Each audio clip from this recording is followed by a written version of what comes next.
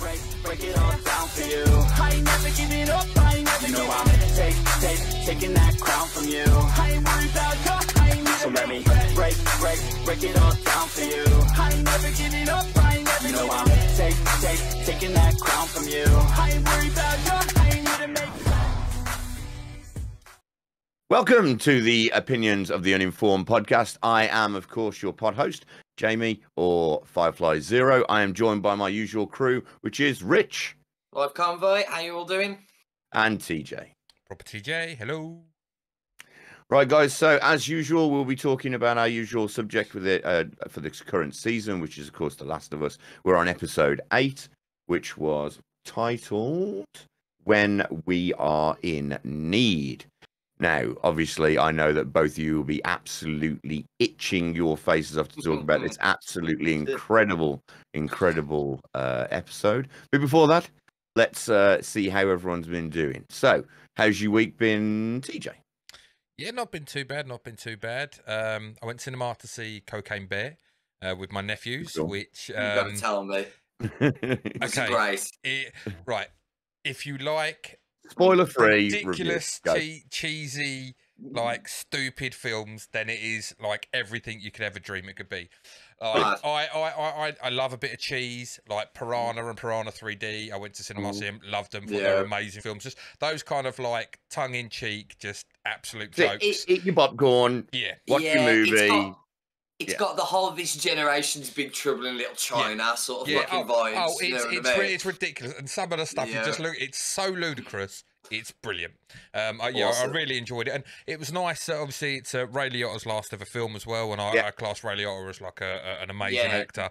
Maybe not so much in modern times for like the younger generation would see Ray Liotta as more like a bit part actor in smaller films. But when you think of like Goodfellas and stuff like that, the guy was amazing. He was iconic in any role that he did. For me, for video gamers, by the way, he was, of course, the voice of the main protagonist in GTA, I suppose it'd be 3, Vice City. He was the main voice. Yeah.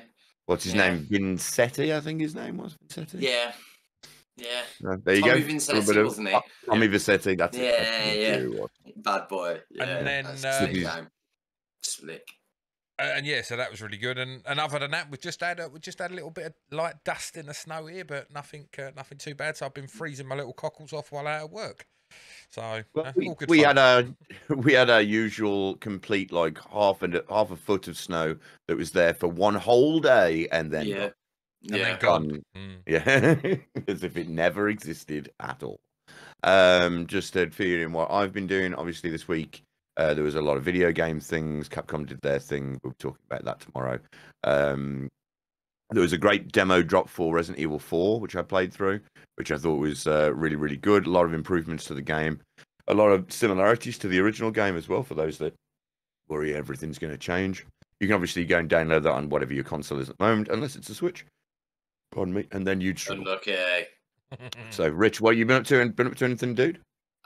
It's just been pretty intense week, to be fair, because first week, new job, going into like real high level management, it's just so much to take in, and it's almost such a cultural shift again, because there was such I've worked like front of house, like customer facing jobs my whole life, and transitioning into like a corporate, office based thing was really weird and strange, but I kind of settled in and really found my feet there, and then sort of transitioning back into, another on your feet sort of forward facing thing. Yeah, it's challenging, man, but it's it's good fun. It's good fun. There's a lot to learn, and it's like I always, as you well know, I dislike not knowing everything. So when I've got something to sink my teeth into, I'm always happiest when I'm doing like 19 different projects at once. Yes, I do know that about you. So, any other business, guys, or do you want to jump into this? Can only be described as an incredible. Let's get it on. I think we've got enough to talk about. Yeah. Right. Really hard, so, just to quickly give some housekeeping for it. Of course, this is The Last of Us on the HBO specials, or made by HBO. This is episode 8. We are in need. It brings across, of course, one of the characters from the game, Troy Baker, who played the original Joel in the video game, did the voice work and the motion capture for. He played sensational fucking job, by the way. Yeah, yes, he did. He was sensational. Phenomenal voice work and motion capture work from him. I thought he was pretty good in his acting role as James. Yeah, he was great. So Troy Baker was playing as James. Gotta say, Scott Shepherd absolutely fucking nailed David. Boy. Absolutely nailed David. Boy. Right, so I will say just a little bit of news that I heard. A lot of people are calling for Bella Ramsey to get an Emmy for her role as Ellie, which I could 100% get behind. 100% could get behind. For her age, her talent is unbelievable. Undeniable. Knows no bounds at this stage, I would say. Yeah, it just shocking. Shockingly good. Right. Shockingly good for any age. Yeah. Like, let alone that age. Exactly. I will, just to give you a brief of what the show was, episode aired on March the 6th, 2023. It is for the age range of 15 and above. It ran for approximately 50 minutes. The synopsis says, Ellie crosses paths with a vengeful group of survivors and draws the attention of its leader. A weakened Joel faces a new threat. It was directed by Ali Abbasi, and writers were, of course, Neil Druckmann and Craig Matzin. Stars, of course, were Pedro Pascal, Bella Ramsey, and Scott Shepherd was probably the next highest name on this one. Although I'd say Troy Baker probably deserves a little bit of a mention of that. Oh, definitely. To give you a little bit of key, IMDb rating for this currently, 38,000 views, reviews is 9.4 out of 10. I'd probably get behind that. If I'm second highest so far of the series. Yeah. A 9.5, I think, was the highest we've had. Right. Cool. So, guys, without further ado, let's get into our uninformed opinions of this show. So I'm going to throw it over to... I'm going to go for Rich, I think. We'll go for Rich. As you said, sensational episode. Although, right, there are a couple of things I'm going to write about here because there was quite a bit of Hollywoody bullshit in it. Like the whole, I'm just going to inject you in random places and it's going to cure you. Fuck off. It doesn't work like that. You know, I've just woken up and I'm a fucking superhero and I'm going to smash 3 guys, torture them, and then do a 4-mile trek in the fucking snow to save someone in a village where I saw nobody. That is very video game, though, isn't it? That's Whereas I agree, he shouldn't be able to smash them 3 guys, but I fucking loved every fucking second. Yeah, it was awesome. And then also the Ellie she's so fucking smart, that scene where she holds up David and James, and she does all of the right things, back 10 feet, unloads all the guns. Fucking, that girl is like a maverick in terms of survival, do you know what I mean? She has come so far over the course of the series. It is ridiculous. But then to make the stupid mistake of not covering your tracks going back to your base is ridiculous. I think that was more that she was, I need to get back and heal. Emotional panic. I sort of get it, but again, it just feels like just such a weird shift. But would that not be the fact that she is only 15, so you can be forgot? Yeah, like you can be forgiven that she makes errors. She's not, and as we're saying, she's not a seasoned vet, is she? Yeah. This is like she's learnt this on the fly over the last few months. So I get what you're saying, but you can't tell me that covering your tracks isn't 101 one of the first things Joel taught her in the snow. Yeah, I get that. So, but then being a parent, I understand. I think by itself I probably wouldn't have been, but there's obviously this combination of stuff. And if in any other show, Jay will tell you, I'd be like, nah, episode was bullshit. But holy hell, it was fucking, like, the acting in it was just something else. What Scott Shepherd did with David was chilling. The way he flipped between the two, like when he's having that meeting in the cabin sort of with Ellie around the fire, and he just gradually starts getting more sinister, and he's like, was killed by a girl traveling with a guy, and you're just like, holy hell, your energy is lit. Tension. And it was the whole fucking stealth section of Ellie like hiding from him in the burning building was just unbelievable. And I'm glad straight from the game, man. It was so good. It was ridiculous. just how cock on Like, oh, such a limey bastard when he was talking to her in the cell and stuff as well. It was really good. I really liked that it didn't flat out imply his sort of sexual motivations or even the cannibalism until very late in the episode. No. It just very heavily implied it. So I think like it's hard going in from an objective standpoint because I know, but like I feel like you'd be able to get that without being told it. I mean, you know, I definitely got a little bit of a vibe, you know, when he's talking to the young girl in the church at the start. And like just how he was focused on her. I was like, man, don't be me wrong, that could be that I already have prior knowledge, but like I did see him and ooh. Yeah, not cool. Yeah. Bella Ramsey's acting is unbelievable. Yeah. Like I couldn't the savage scene. I was gobsmacked. I was absolutely gobsmacked. And then just the way she dealt with seeing Joel. Yeah. And like I'm not ashamed to say when Joel grabbed that and hugged that and says, "Baby girl," I burst into tears. I was just like, "You're there. You're actually there now." You know what I mean? Yeah, just absolutely fucking extraordinary, sensational episode. Definitely. Yeah, to the point where when I'm looking back, I know there's obviously recency bias because like I only finished it today because I actually struggle to watch sort of TV shows. So a lot of the time I break them in two. Like I watch half of it one day, find a good breaking point, and watch the other half the next day, just to keep myself engaged. You know, because the last thing I want to do is half-ass something. And yeah, so I finished it today, and I'm like, it might be my favourite episode of the show, just because I think what they did with David was leaps and bounds way better than in the game. You know, it was honestly, what a villain! Just in the annals of great TV fucking villainy, man. That motherfucker like creeped me out. You know what I mean? Yeah.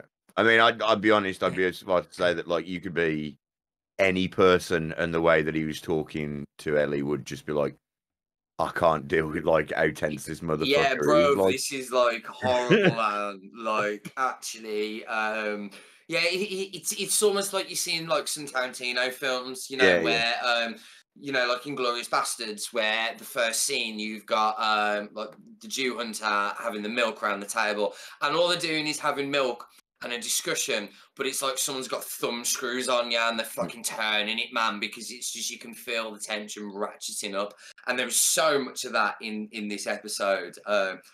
Extraordinary. It's like it's almost like the acting Olympics. Like I always like Westworld. For me, the first season of Westworld is probably the best acted TV show I've ever seen.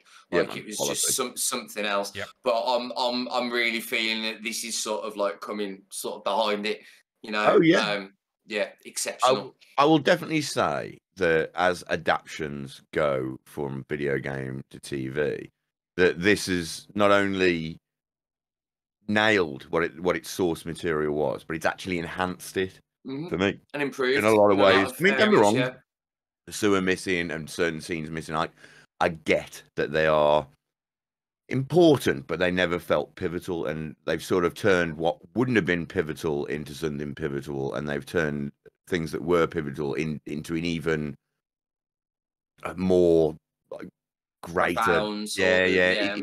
It's gone beyond what it is, and I think, although I do worry that we had a couple of episodes where we started to lose a little bit of focus on Joel and Ellie, and we are looking at other people a lot.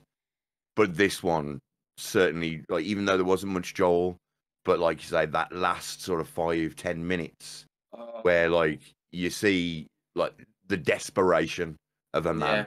Yeah. Like, and yeah, as I say, the way she looked absolutely panicked, and you saw her eyes sort of focus and realise who it was. Yeah. Fucking, you know, bravo! Please give. I believe she goes into she, isn't it? Yeah, she sees herself as she. Yeah.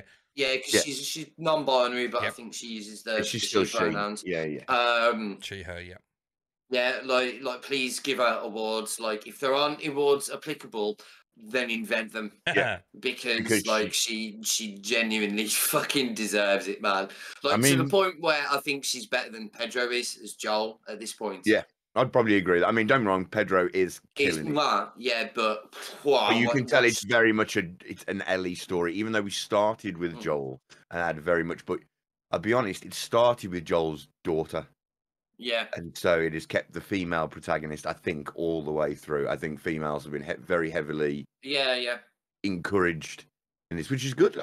Because the game itself, although you play as Joel, your feelings are always towards Ellie, always towards Sarah, always towards the female in Joel's life. Well, weirdly, they're either for them or they're the main antagonist. Yeah. Do you know, with the exception of this episode, like obviously had sort of David, but yeah, every episode very much had a strong female lead.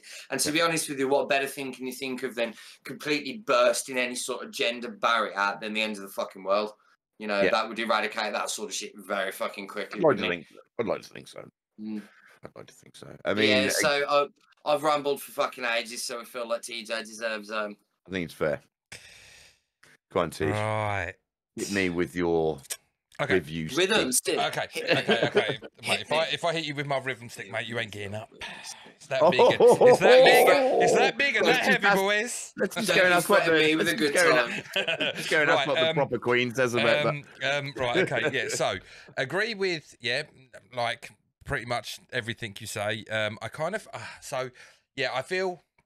I'm glad you touched on the point about the injecting the penicillin. It was just like, where do I jab it? Here will do. 2 injections is all you're going to need. I ain't got a clue how much I'm giving you. I'm just going to random, guessimize here. Like, this ain't, you can't OD from this shit, surely. I ain't got a clue what I'm doing. I'll just jab it in here. It'll be fine. You fucking, whatever. I'll figure this out. And then the fact that, like you say, he goes on and, you could be forgiven for maybe taking 1 or 2 out. But the fact that, so it is, you're right, point for point, with the game, even down to that like mini torture scene where mini torture scene was so good, though. So great. I was hoping I was hoping. I was terrified for him. Well, when he's got like it's probably one of the best things I've seen in that kind of is when he's got one tied up and he says to him like, point to me on the map where they are, and then I'm going to ask him, and if he don't point out the same place, you're fucked. You're dead. And it was I was so happy they put that in because that was such a great point. Because it's like, it was brilliant. It was just, you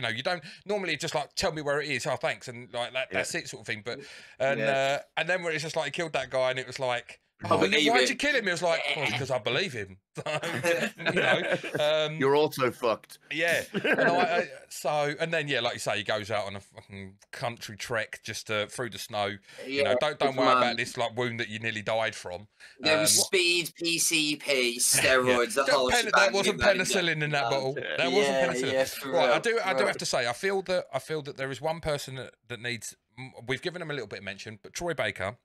Oh yeah. So James in the game is very much like an afterthought. He's there with David. David's like, go and get the penicillin. He comes back. The gun thing where he's like, why am I giving her this? And he's like, no, James. Like that happens in the game. And then there's that little bit where she attacks him and with the hatchet and whatnot when they're going to kill her. But I think the extra little bits they added in there really like flushed out the character. As in like James kind of felt like a. He was David's right-hand man, but he had reservations about everything that was happening, which was maybe there wasn't a better option. And I just felt that was portrayed really, really well because that never comes across in the game. Like I say, James is a nothing character essentially in the game, and I feel they gave it a little bit more legs because it was Troy Baker. If they'd just got agreed. Like you have to give Troy Baker a little bit more of a not a substantial role, but a role that has got like some depth to it because of how much he means to the material. The franchise? Yeah, the franchise, exactly. And the fandom completely. So I'm really glad they did that. I loved. Okay, so Scott, I said last week, and like I wanted them to flush out the David character because for me he's one of the best characters in the game. He's one of the best villains for such a short amount of time that you see him in the game as well, because he's not a big character in the game. It's like because it moves in sections. No, but he's a monster. He is. Yeah, absolutely. So I'm so happy they flushed him out. Cause like I say, like he's one of my favourite villains in any video game that I've played, and now he's one of my favourite villains in anything I've watched at least recently that I can remember. And I know the show's out to Scott Shepherd because Jesus Christ.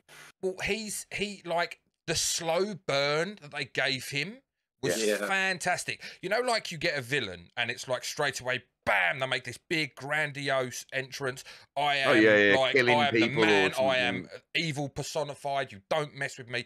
And he's not. He's like this subtly getting more and more and more, and he kind of drags you in at first because you're like, he's charismatic. Yeah, he's the worst villain because he's charismatic. Like the little subtleties that he pulls with his face and everything, and like you kind of feel. I get what you were saying about when he spoke to that girl at the church and stuff. You get kind of like cult leader vibes. That's like.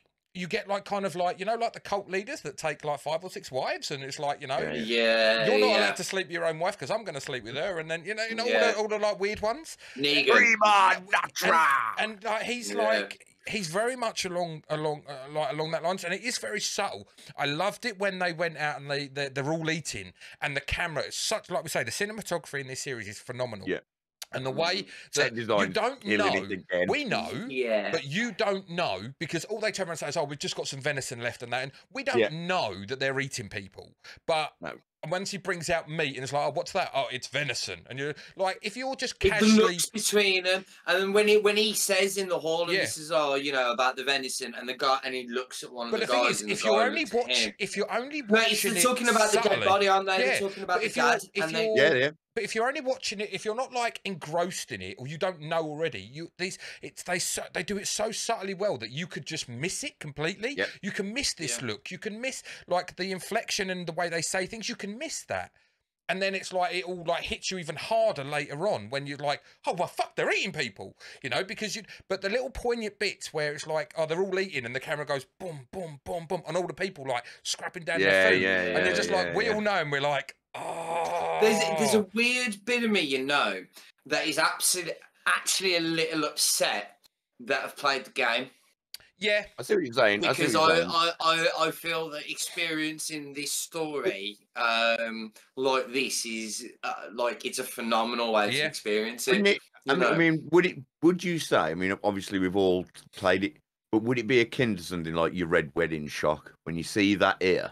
Oh, the Red Wedding, and you have everything. You never saw that coming. That I still think is possibly the biggest shock in TV history. Like, because the funny thing is, I completely knew it was coming because I read I read the books as well. But I actually watched it with a group of people, and I didn't watch the TV. I just watched them. It's like where she touches his arm and lifts the thing, and you see the chainmail underneath the clothes. And you're like, oh fuck! Something's going down. That's one of the few things that's actually considerably worse in the TV show than it is in the book, because his wife isn't there. And like in the TV show, she gets jucked in the fucking stomach straight off the bat, doesn't she? And she's pregnant. It's like, come on, man. There's no fucking around. I mean, she did get killed in the TV show. In the book, she's alluded to being killed, or was she killed? Can't remember, Rich. No, she's not. She's not there. She's still alive. She's doing something else. I don't know if it was alluded to, and she had an heir, and that was going to come into play or something. Yeah. I can't remember. Yeah, it's been a long time since I read the book. Child. Yeah, I know she was pregnant, definitely 100%. I know she wasn't there, but I was like, didn't they jut her later? I can't believe it's been that long since I fucking read it, because it's been that long since there was a cunting book released. Believe. Yeah, going back to The Last of Us, I felt as well like another little scene that you had was when he goes back and they bring the buck, and the girl turns around and says, "Oh, we should kill him," or where you know. Oh and he goes over and backhands her, and it's like, you'll always have like a dad or a father. And it's like, oh, you're creepy. When he said that, within the.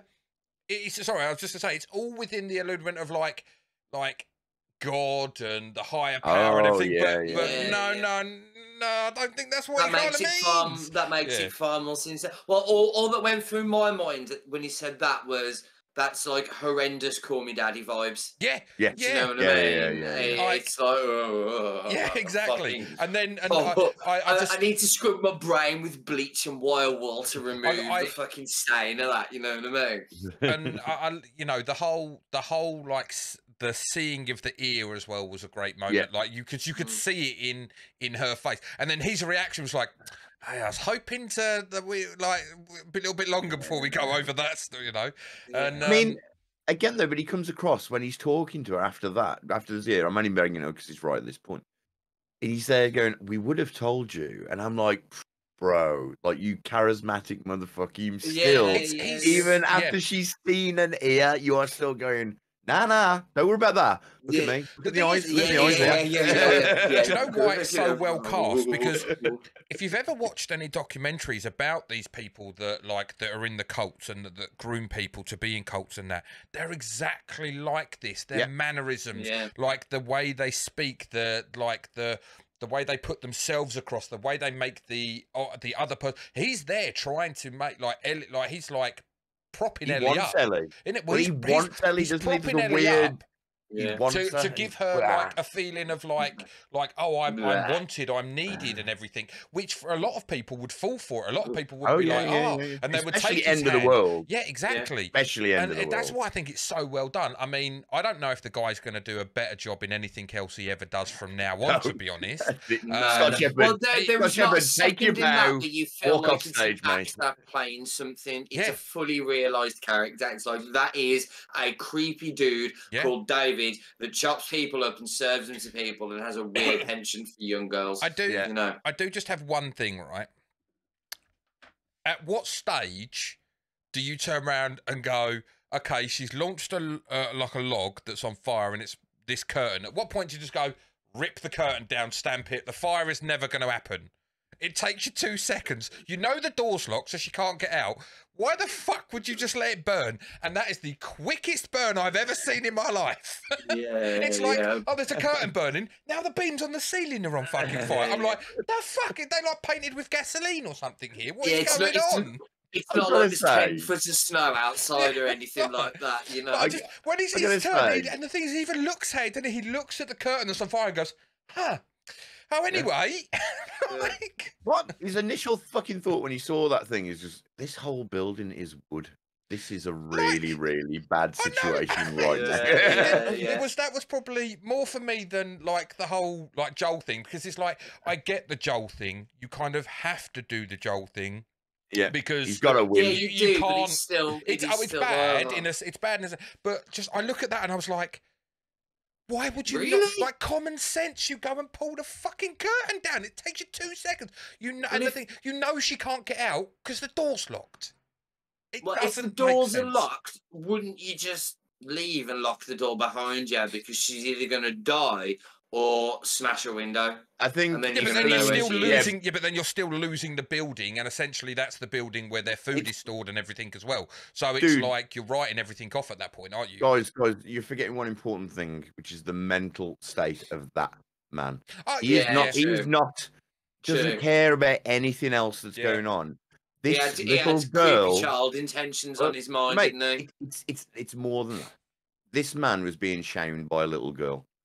Like, that just won't stand. It's not about winning or losing. That just won't stand. Yeah, I suppose. Yeah, going back to when he slaps that little girl, she kind of like not stood up to him, but she kind of like challenged him a little bit. She called him out, and that's and he didn't like that, and he gave her the backhand. So yeah, you can imagine what Ellie breaking his hand, and then he's like, "Well, I'll get my and then killing his right hand man." Well, it's like, you've broken my finger, so I will now kill you, and that will show my dominance. But he hasn't even been able to do that, has he? She goaded him the second that she tell broke him Ellie broke your finger. Yeah. Which is in the game as well. It's brilliant. Yeah. Tell him the little girl Ellie broke your finger. So like that whole scene, that whole end scene, like when I get it, like, because he's blind to everything else that's going on. Like, I would almost argue that tunnel vision. Yeah, the molestation again was more of a, I'm gonna do this so you know that I'm the boss. Yeah, and like it was the vision he had. I mean, fair play to his acting. Like the vision he had and how she reacted, I was like, man, I'm terrified for him. Terrified for her, like, because like he had like the lust. It was like I say, he was blind to everything. The fact that the building was burning meant nothing. He honestly looked like he was quite happy to carry on while being burnt to death. It wouldn't have mattered. It was about his mental state. He needed to show dominance over this little girl who has challenged him. Well, it broke his finger. Just simply broke his finger. That was enough for him to go, I'm going to dominate you to such a point where you're at such a level of subservience.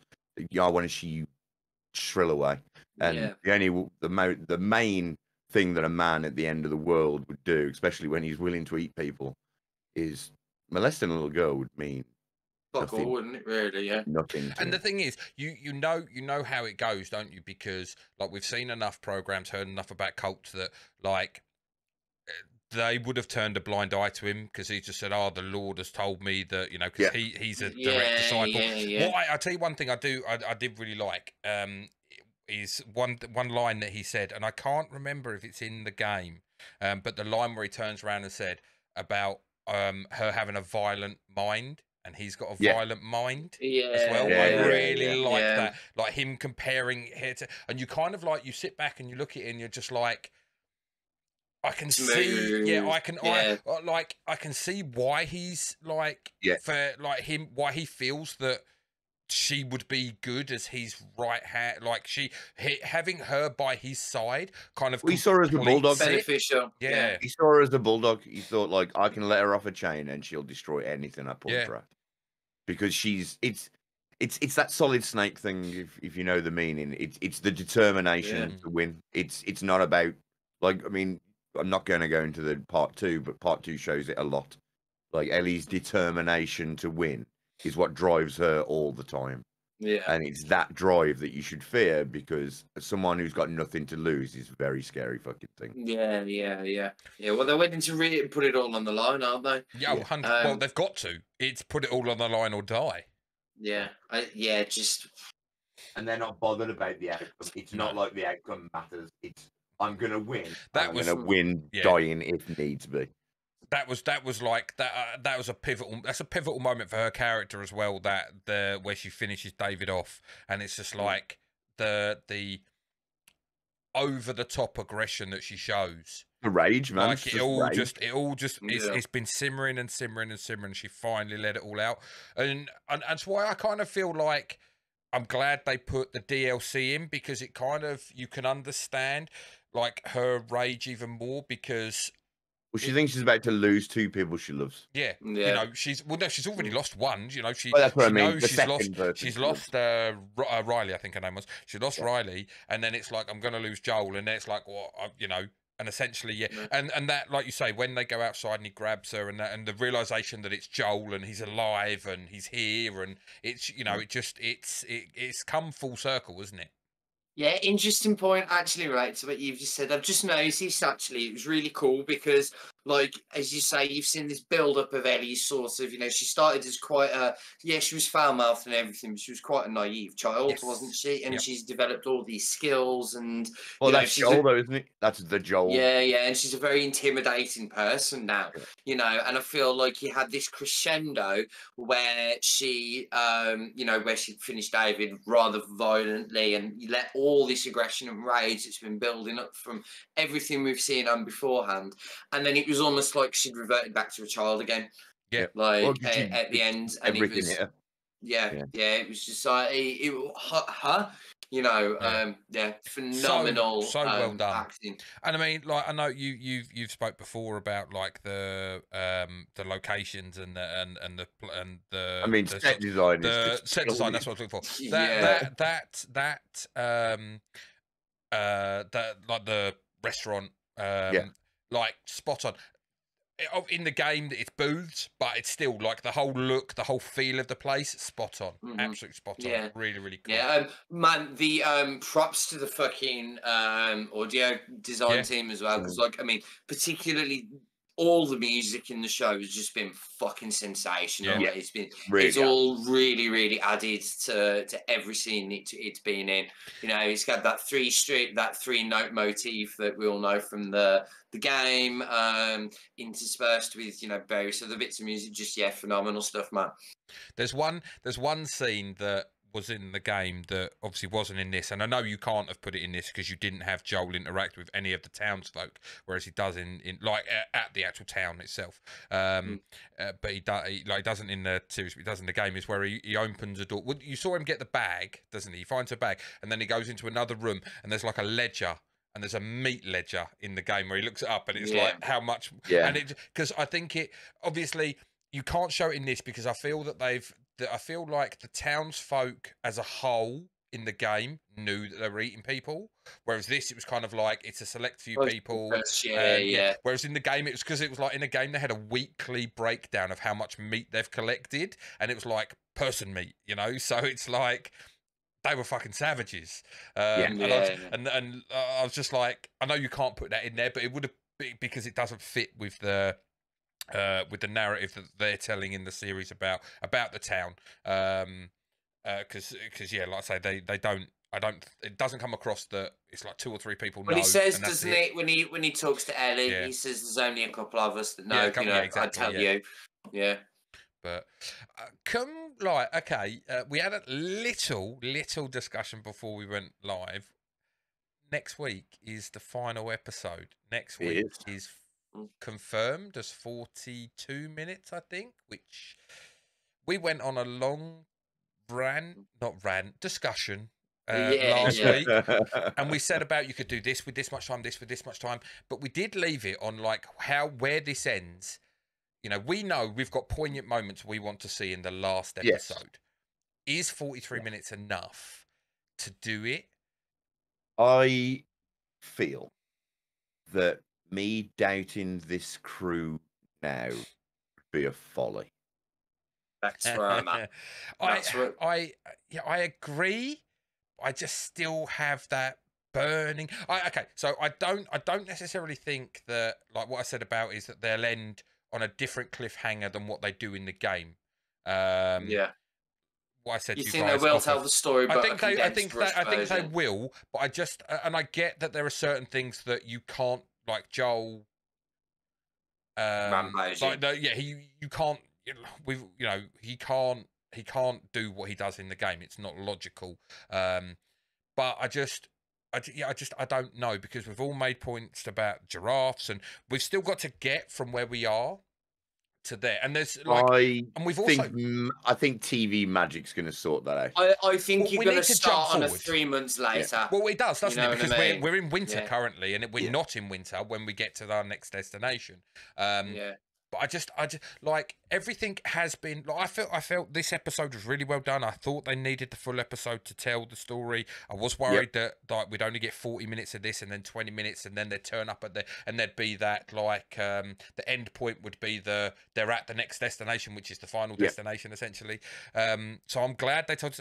I'm just like, if this had been an hour and 10 minutes, I would have absolutely no worries. I'll be sitting there going, this is going to be a 9.2. It's going to be amazing. Like, they're going to like cross all the T's, dot all the I's. We're going to get everything. It's going to look beautiful, stunning. But 40, I think it's 42 or 43 minutes. I just worry. I've just looked it up.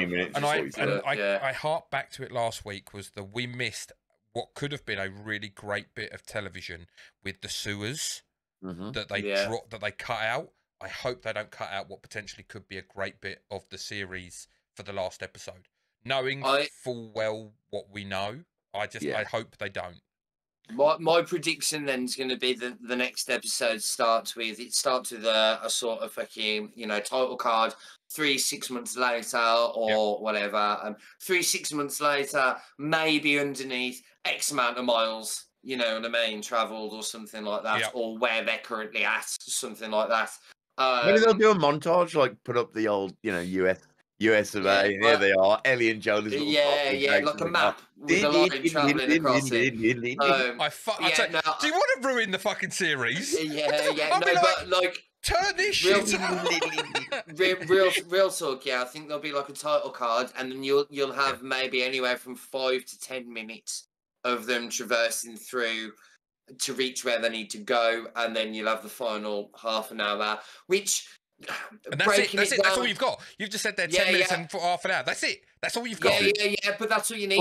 That is I don't think you need more than that. I don't think you need more than that. Like I said to you. Because without going into too much, you can break it into 3 acts. You know that final bit, and then I think you've got say the other 3 minutes will be the very final bit. Yeah. You know, I will just say, and I'm not like I said this to you guys before. I'm not giving any spoilers because I don't actually know.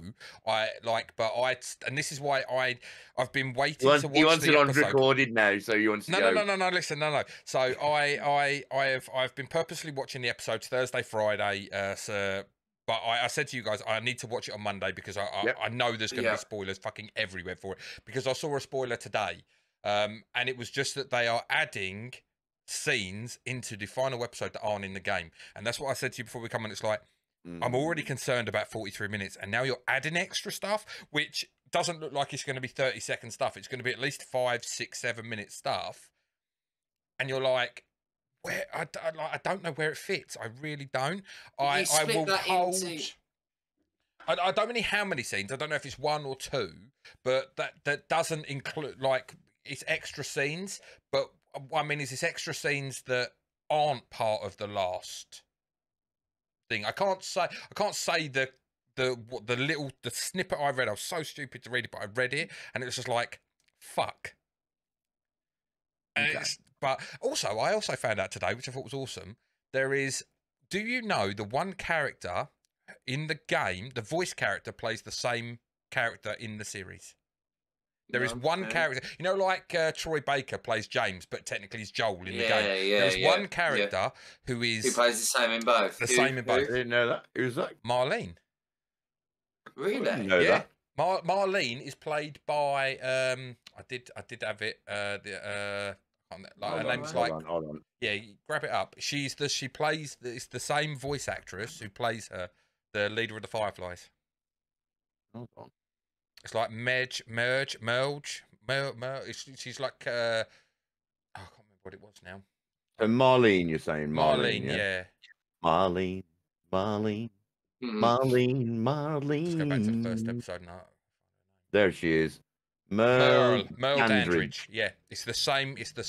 She done the voice work and she's playing. Shit, mate, she's done loads of voice work. Yeah. So she was Marlene. She was Alex Vance in Half-Life in the Half-Life series. Huh?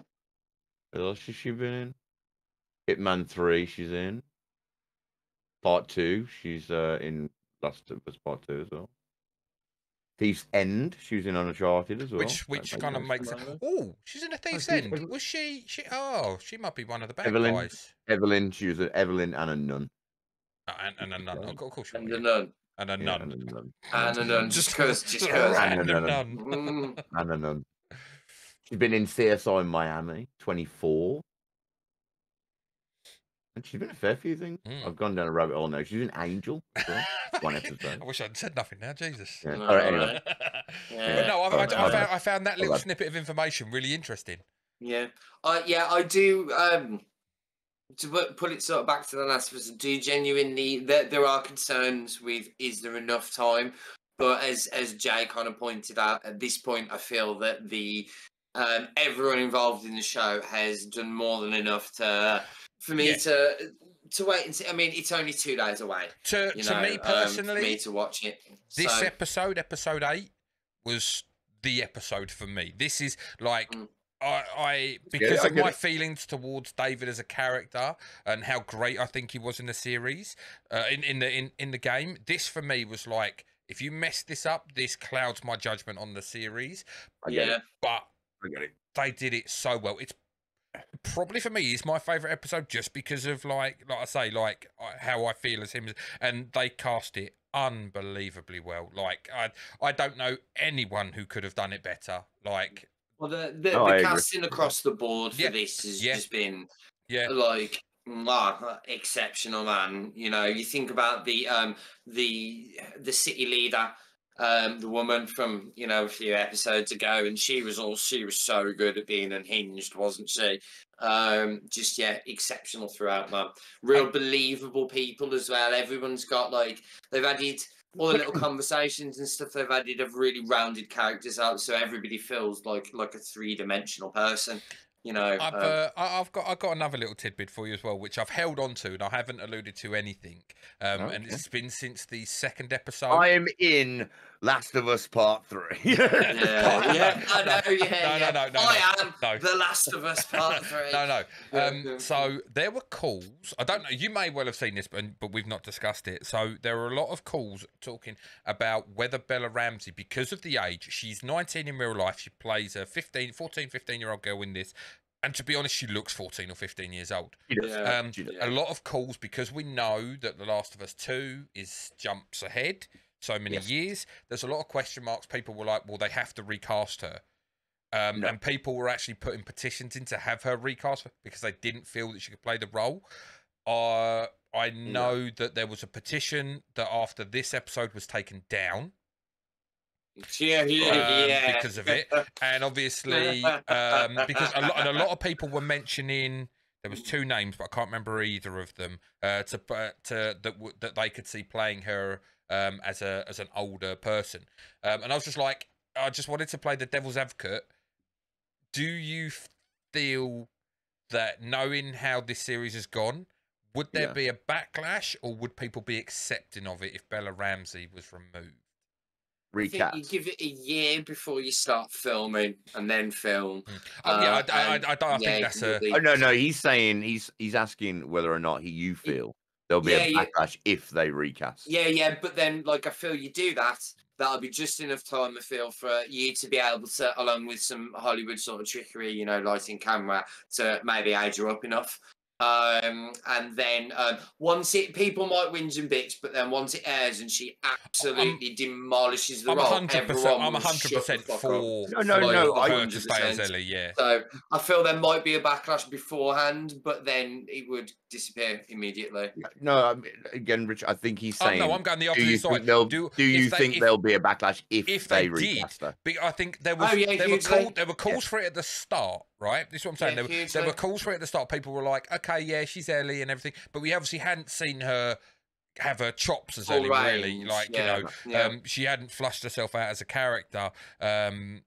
Because we're like 2 episodes in, you're still dealing with technically her as like a bit of an immature child, because she grows up a hell of a lot during the series.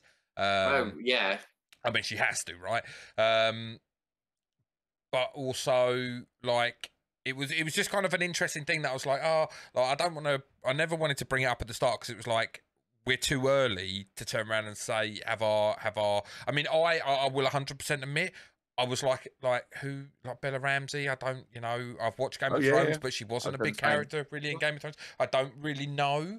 Like, whereas you knew Pedro, you were like, I know he could play Joel. Like, I don't know if Bella Ramsey can play Ellie, and she, like you say, she's the best part of the series now. Yeah. She's like slowly just elevated onto another level, like past Pedro.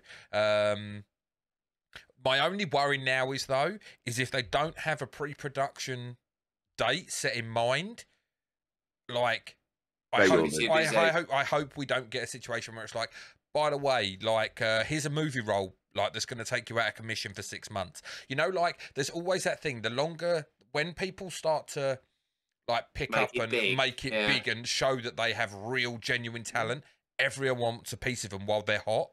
And I just feel like people will be looking to strike now to get Bella Ramsey in stuff. And I hope they haven't gone, we'll let the dust settle from series 1, and then we'll consider series 2 when we're going to do it. And, like, I hope they haven't done that, because then it could be like, oh, well, we're going to have to postpone it for another year because she's got this role or Pedro's got this role. It's one of them. I hope they've got. I'll be honest. I would assume that if they would have offered her a 2-year contract or a 2-season contract, then she would have jumped at it. It would do. It's just whether or not, like, the way that I've like from reading between the lines on like different actors and bits and pieces, is like, yes, they sign multi-film or multi-series deals, but until pre-production stuff is put in place, they are free to take on other roles. I think it's a little different in film than it is in TV.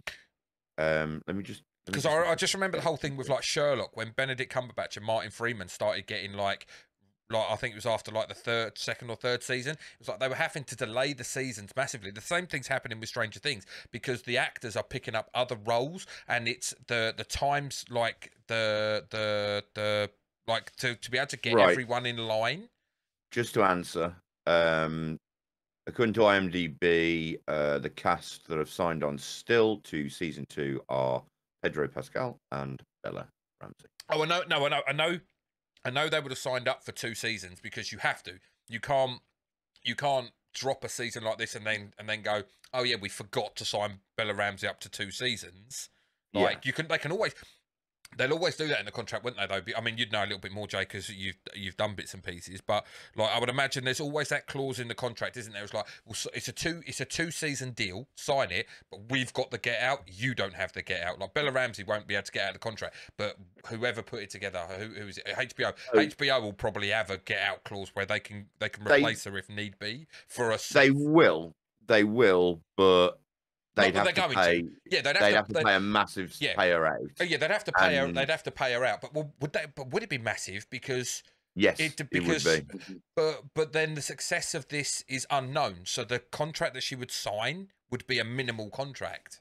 It would, but when they try to break out of contract, anytime you try and break out of a contract, but what I'm saying is, wouldn't they write it in the contract that gives them like? No, because her lawyers would have just gone no. We don't sign on unless it's a 2-season deal. If you want to break us out, it will cost blah blah blah, and that will be in the contract. Yeah, because she has to sign the contract as well. Yeah, and she is big enough to be now, especially being that she was going to a thing that she would have hired a good lawyer to go. But was she big enough at the start? Like Pedro, I get, but it doesn't matter because she is now. But she isn't signing the contract now. She signed the contract before season 1. Yeah. So that contract that she adheres to isn't like it doesn't take on effect. Like what she's agreed to then isn't. I get what you're saying, but no actor worth their salt's not gonna have something like that in their contract. Yeah, no. But what I'm saying is the payout going to be, and like we're kind of going completely off top, but it's an interesting thing just to talk about. Well, I've been trying to say something for 10 minutes. Sorry, go on then. Doesn't matter, carry on. I was just going to say, let's say she's not going to be getting paid shit tons of money for each episode, because she is a smaller actress coming into this. She's not a massive name. She's not.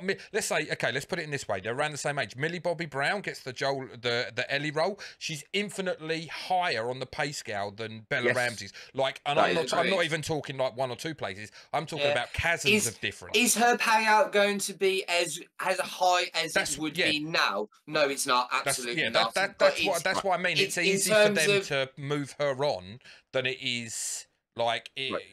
Yeah, but no one would watch it. No. I'm completely. I'm like, we've kind of, like I say, we've completely gone off on a thing here, because my thing wasn't about getting rid of her. My thing was just if they like. I can't remember how we actually got into it. No, but I'm not even suggesting they're going to do that. Like I say, we've gone off on a bit of a tangent that even I've got lost on, to be honest. It was more to do with if it failed, they could have got rid of her easily.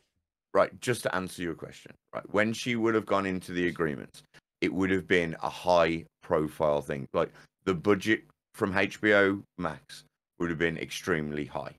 Like, extremely, extremely high.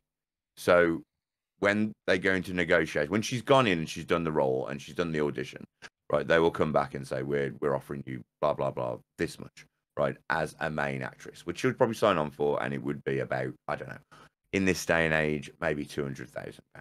What, right? An episode? So, no, it would have been probably for the whole project. It may have been $1 million for the whole project. She's getting paid $70,000 an episode. There you go. So, like I say, so $70,000. As I say, she like $70,000 an episode, 9 episodes, 42. I'd imagine if they say cancelled it, she'd get the payout for 49. Season 2 and then some, you know. Yeah, like Pedro's getting paid $600,000 an episode. Yeah, but that's profile. That's the point I was making with the Millie Bobby Brown to her. Like, she would be a higher profile, higher paid. But what I'm saying is, there's a point when you go into a next season, especially if it's only an entire series. If the entire series is only going to be 2 seasons, it will mean that halfway through there will be a negotiating point where they will go, this series, her lawyers will go, this series made this amount of money. We feel that our actress, blah blah blah, deserves this kind of level, and it will go into negotiations. So they won't break down because HBO can't afford to lose Belly Ramsey as the main character. I get that. I know how we got onto this conversation. It was the conversation about, do they have to delay it because she's at a higher level now. This series has put her to a higher level in terms of like career trajectory, which means if other people come in and want to put them in their films and bits and pieces, and then that's what then led on. I was just trying to remember back in my head how we got onto the whole conversation. And the thing that will happen now is obviously the budget for the next season will go up. Yeah. Because of the incredible high viewership, plus the ad revenue, plus everything else, plus subscription, blah, blah, blah, blah, blah. So both actors will probably renegotiate their contract. I just want to point out, I wouldn't be surprised if they're not both being paid about $1 million each. I just want to point out, at no point at all did I ever want Bella Ramsey to be removed. Please don't. I don't know. I love her as Ellie. I was not putting that narrative out there. No. The original question was, do you think there'll be a backlash if they recast? Well, yeah, that kind of. Well, that then it kind of went onto a different tangent. But right, I do apologise. I do think that there would be a backlash if. There would be now. 100% there would be now. They couldn't remove her. No, they couldn't. Right. So going back on to point, being that we had a massive diversion just for a second. What I'm going to do is what we did last time. So I'm going to read one of the lowest scoring reviews for this show, and there is a low scoring review for this show. Well, that's an idiot straight off the bat. 2 out of 10. Rich, have you got your point that you want to make? It doesn't matter. Go on, carry on. It's all right. You look uncomfortable, and I'm just wondering, like, if you've got a point, then say your point. I forgot what my point was, so it doesn't matter. Let's carry on. Okay. So this one is 2 out of 10, and it's from Indrid Cold with a 0 for the O in cold. On the 7th of March, it says reuse of the cannibal trope reveals very little meat left on this bone. Catching. That's right for small. Is that all he wrote? Already, dickhead. Is that all he wrote? Please tell me you wrote more than that. Oh, okay. No, he wrote more than that. Okay. So it's got spoilers in. Warning, spoilers. A crazy preacher who endorses cannibalism. Didn't think he endorsed it, mate, but whatever. Did what he did. Yeah, he did what he did to keep people alive. He didn't endorse it. He just sort of went, we'll probably join to cannibalism. Anyway. Sorry, what did they call him? And what did they call him? Sorry. The first bit, what did they classify him as? A preacher. Preacher. Yeah, crazy preacher. Yeah. Where have I seen this before? When it comes to dystopian, zombie-infected melodramas, everywhere it would seem. Okay, it's not like the idea of people eating each other is some kind of unrealistic, it's never going to happen plotline. Desperate people can be made to do despicable things. I get it. However, if you're a new television series based on the very overused plot device known as the zombie apocalypse, I think you should be expected to come up with some more imaginative writing conventions than a preacher, paedophile, cannibal, rapist, and a young girl who chops him to death with a sharp object. Hey, Night of the Living Dead is an old movie, but it's not so old the bloodiest scene has been forgotten. With 2 whole episodes, man, this dude does not even know what's going on. Having a waffle, man. Obviously never played the game, just pointing that out off the fucking bat. You've got source material to follow, dickhead. With 2 whole episodes left, I'm really wondering how they're going to tie this up. Maybe. And he can't count. He can't count. I know, just has got no idea, this bloke. Maybe our main character wakes up to discover they've been dreaming. It's Vanilla Sky, isn't it? Yeah. No, I think this bloke's a real see you next Tuesday. Man's a sausage, man. Right, Absolutely. It just goes to show, right? These people have no idea that they're following a fucking source material. Let's just say, for argument's sake, for what's his name, Cockwomble 4000, cool. Just say for him, like if they go, oh, like yeah, this kind of like story has been told time and time again, so we'll just we'll cut this section out of the the series because we don't want to copy The Walking Dead or anything else, and we'll put something else in its place. You're not fucking following the story, you tit.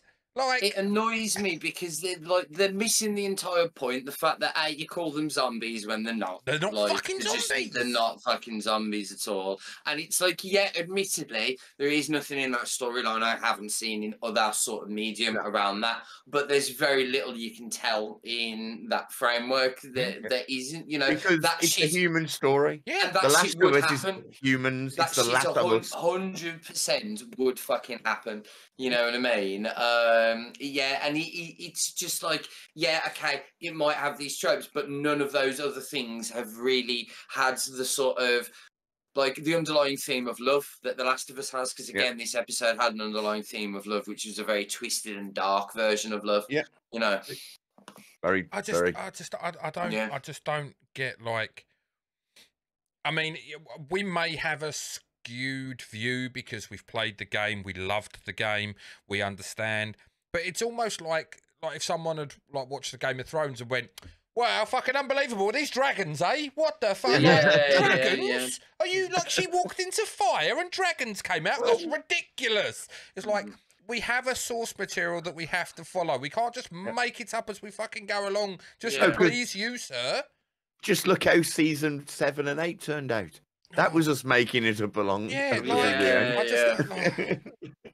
Like I say, the problem when you here, have something based on something, like, just accepted the fucking story is written already. Right. Yeah. The man says, he goes, I get it, people would eat people in the apocalypse. He goes, well, that's the problem, isn't it, dickhead? It's the apocalypse. So at some point during that apocalypse, you're probably going to happen upon some cannibals. I know it's a trope, but unfortunately, it's trying to tell a story of humans. It becomes a cliche for a fucking reason. You know what I mean? People go, oh, it's cliche. Yeah, because it's... And the one thing... like, honestly, we're like 3 days away from everybody eating each other. You lose all the power. Within 24 hours, every supermarket's looted. Within 48 hours, everyone's starting to get weary of their fucking neighbours. Within, 72 hours, fucking, we're all stabbing each other and eating each other for food. You know what I mean? It's like... I mean, let's be honest. We haven't even had was there any infected in that episode? I couldn't have So no.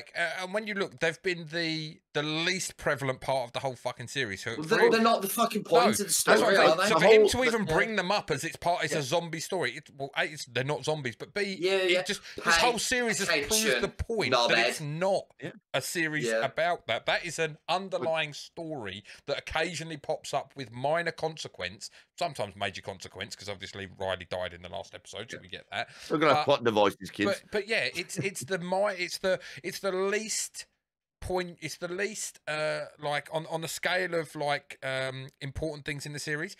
The infection is kind of like. Well, it's hard to say that because the whole point of the series is she's the cure, so it is quite high. But you know what I mean. It doesn't necessarily have to be a fungal infection. It could be a zombie infection. It could be a radiation sickness. Do you know what I mean? It's like what it actually is kind of immaterial. It's just there had to be an event to create this situation for these characters to go through this journey together. Which is why it's 20 years removed from the initial outbreak. Right? Because the story is called The Last of Us, not Zombie Apocalypse, not The Walking Dead, although The Walking Dead was also the symbolism of them. They're already dead, they're walking. Right?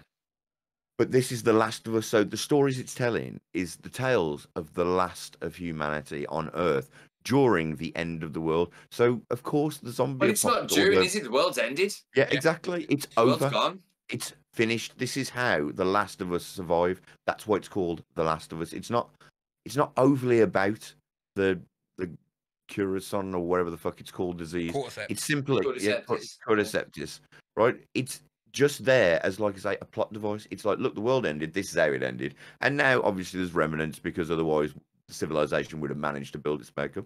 It's a story about how do humans deal with other humans when there isn't much going on, when life isn't good. It's when like life is bad, how are humans? Quite similar to the Dark Tower in that it's like, you know, it's how people cope in a world that has moved on. Do you know what I mean? And how it's moved on is to say is virtually immaterial. It could be aliens, it could be anything. Yeah. You know, that is just that they call it in like film and stuff, don't they? They call it a MacGuffin. You know, it's like freaking it's a trope. It's just a plot it device. doesn't matter. It's just a plot device, yeah. It's just like, how do we get from A to B? Like, we need to tell this story, we need to tell this story, but what joins this to? Right, in this case, it's like we need to tell the story of the end of the world and how in 20 years on, people are actually coping with there only being a few people left. Yeah. So what do we need? We need a plot device. What's the plot device? Okay, it's this disease, which is possible. So that scares people because initially they go like, oh, shit, man, so that could happen. So, yeah, I mean, like, it's unlikely, but it could. Not totally unseeable. So then that scares people, just like the zombie apocalypse scares people, because if the dead started rising, that'd be fucking terrifying. Like, it's just your plot device. It's just what gets you from A to B. So I'm sorry, moron, that you haven't understood story at all. Dickhead. I'm sorry, but let's read. I think I'm giving your review 0 out of 10, dude. Yeah. Right, so I'm not even giving you a review because there's not enough coherent bullshit in there to warrant a critique. Now, I want to read this 5 out of 10 because it agrees with a lot of what you said earlier. So this is 5 out of 10. Only 5 out of 10. Only a 5 out of 10. 5 out of 10. How did the townspeople survive for 20 years? By Sipona 5 on 7th of March 2023. Warning, spoilers. People from this town are led by a charismatic but evil leader. How did they even survive all this time? 6 or 8 armed men go looking for Joel and Ellie and get taken down by one like amateurs. One guy enters the house where Joel is, hidden in the basement, spots a door that Ellie tried to hide in, and creeps down the stairs without backup, of course. Joel, and this guy's English is bad, has miraculously recovered from a gut wound due to 2 shots of penicillin in his stomach that takes him down easily. Back at town, Ellie grabs a cleaver and one blow embeds it in a guy's neck and kills him from an impossible position, lying on her back. She's a small 14-year-old small nobody. Hold on, fucking hell. I could do that. He's a small 14-year-old small. I think he meant child. Yeah. He gets the point across, doesn't it? You know, small human. Nobody could make that killing blow from that angle. Yeah. Just small observations from a viewer that never even heard of the game, and just rating this show as an independent story. So there you go. Right. I just like to say one thing, right? Okay. I love that the guy went down the stairs without backup. They're not SEAL Team 6. They're fucking Joe Bloggs who used to own the corner shop and he's been given a gun. Okay? Yeah, like, agreed. They ain't going to stand at the door and be like, Splash bang, frag out. You know what I mean? You know, it's like they might have played a bit of Call of Duty back in the day, but that's about their level of like, tactical fucking knowledge. Of course, he's going down by himself, and he's probably shitting his fucking pants as well because he don't know what's down there. I just got to quickly point out that he doesn't even understand from his title how did those townspeople survive for 20 years.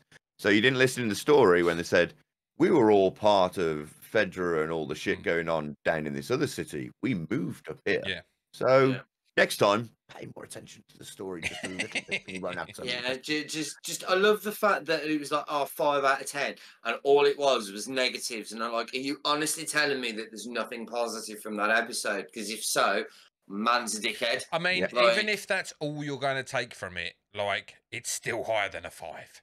Yeah, man, you like it, the fact that there is not one fucking mention of any of the acting performances in that is just like a disservice. You know, giving it just a fucking an honest and average fucking non-biased sort of critique. Yeah, well, it's not non-biased though, is it? Because it's entirely negative. You haven't posted anything positive. That is the kind of definition of non-biased.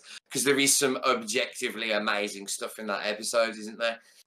But to play devil's advocate right here, Do you think that, like I said it earlier, when like people can miss certain things, like we love this source material. This source material means a lot to us, you know, to the point of like Rich, you said, if certain things are missed, you ain't watching season 2.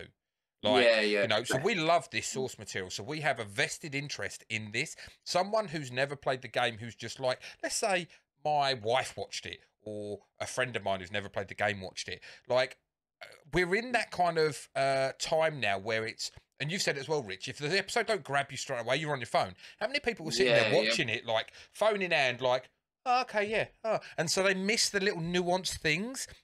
And so I can kind of understand where people come in, not a 5 out of 10, but I can understand where people come in. Yeah, people come in with the thing, and maybe we do have like that more skewed view because we know more already going in because we played the game. I mean, and these people are so evident. It's so evidently clear that these people have never played the game by the reviews that they're writing. You know, it's almost like we should have like 2 separate columns. You have and you haven't played the game, and like we could because it's so evidently clear that especially the last geezer where it was like, oh, the whole thing's fucking bullshit, like, you know. And I just I wish I'd have watched this with my mother, because my mum's obviously not played the game. She's known of the game, but she's heard me talk about how great it was, which is one of the reasons why she watched the show. So like a lot of the stuff, things like, you know, Breaking Bad, Game of Thrones, we watched together, I'd have loved to have watched this with her, just to see like live firsthand, you know, her reactions to stuff, man. Guys, I've just got to interrupt. I got to nip to the toilet. So okay, you know what? We can continue. Can you dig it? Yeah, you carry on with that. But yeah, we just. Well, I said earlier, I'm kind of jealous that I can't actually watch it. Yeah, for the first time. Yeah, because I know what's coming. You know, I knew that plot twist with sort of David was coming, which is, as I say, could you have told? Would you have picked up on that? You know, if you weren't, that's the thing. It's you like probably would have done. It's difficult, isn't it? Because like people are just attention spans are getting worse and worse and less and less. And you know, we are the TikTok Vine generation where it's 60-second clips, move on to the next one. So people's attention spans are terrible. And like, you know, I can just see these people like literally watching. Of the whole entire episode at 50-odd minutes, they were actually concentrating for 20 of those 50 minutes. Right, and they were looking at something else. And so, and how can you honestly give a review about something that you have not watched? Paid full attention to. Yeah, I've been, because like my main sort of chosen medium of entertainment is anime, and anime episodes are anywhere from roughly 18 to 24 minutes. And that's including the intro and outro. You know, so you skip them as well, and it's like I'm kind of conditioned to that to be my attention span. So most stuff now that's hourly, I tend to watch over 2 days, because instantly, like when I hit the sort of half-hour mark, even if I'm riveted by something, like I'm kind of craving new stimulation at that point. So you know, the last couple of weeks I've watched The Last of Us episodes like in 2 parts, because it is that good. It deserves my full attention, and but I know for a fact like, you know, 30 minutes and 1 second, I'm fucking scrolling through TikTok for painting videos. Or doesn't this speak to the wider culture now? Well, like I was saying, we are. I don't know if you were here when I said, like, we are the TikTok generation. TikTok and Vine, 60 seconds, move on, next subject, next video, next clip. And it's so easy. Swipe. You look at everything in our lives, like Tinder, it's just swipe. You know, everything is just on point, ready, there, one after the other, after the other. 24 hours a day. Instant gratification. Never stop. Boom, done. Well, I've said for years, we live in a microwave society, man. I want this. Ping. I've got it. You know what I mean? The big question is, boys, can we condense this all down into 30 seconds? There we go. I've given my entire result. Done. It was, we can. It was bad. There you go. Fucking nailed it. Start doing short clips of like, can we have a 10 out of 10? Yeah. Can we have a 10 out of 10? 10 out of 10. I'm not gonna lie, I fucking despise doing that, but Yeah. 9.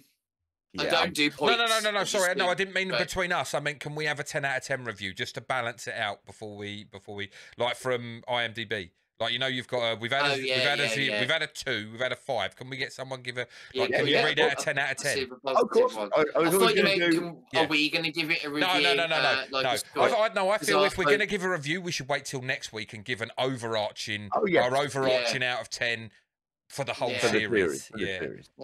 Right. I'm just unless they. So quickly before you start on that, unless they, spoiler alert, like.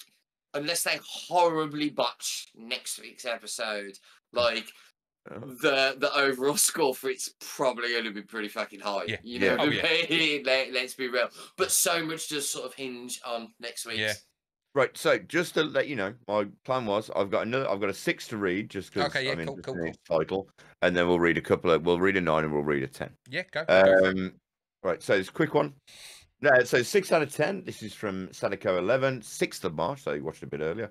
Warning, spoilers again. Title is another standard Walking Dead episode. So it caught my attention because of that. I don't watch much Walking Dead, but to be honest, I think The Walking Dead is a bit tat. But that's my opinion. First season was great. Then they spent an entire season at Herschel's farm, and it went to shit. Exactly, the Herschel farm killed me off. I know. They said look at the flowers. I know the look of the flowers. No, I picked back up. I did like the governor. I think it was. I did like that. I lost it after Negan. I lost it. The Carl incident lost it for me, which I kind of wish it hadn't because apparently some of the Negan stuff afterwards was phenomenal. I heard it was good, but I can't. I couldn't get past the Carl. 5. I got off, and I lost. John reads The Walking Dead. I've got it all upstairs. And it just lost me completely after the Herschel's farm thing. I was like, up until that point, I was in, and the Herschel's farm stuff was really good. There was just way too much of it, and it just ruined the pacing. Just bored off. Right. Anyway, so another standard Walking Dead episode. Can someone tell me? Can someone tell me what's original about this show? Oh, fuck off, man. The Walking Dead dealt with crazy cannibal group 2. These episodes were absolutely disturbing. This is another standard episode where they introduce new characters to be killed by the end. The Walking Dead and Fear of the Walking Dead have billions of types of this episode. Billions? I don't think they went up to billions. I mean, there's a lot of them. I don't even think they've got hundreds. Oh, no, they've probably got hundreds. I keep asking myself why Joel and Ellie did not stay with Tommy in his beautiful and secure town. It does not make sense. So you've not listened to the story at all. Yeah. She has a purpose. Ignore the story. Of course, it's a whole show about 2 people just taking a leisurely stroll. Yeah, they're just going for a wonder, man. Why didn't they just stay in the QZ? They would have been so much easier. They went for a hike one day and thought, I could dig this, and just never stopped. No, that was it. Like, dickhead.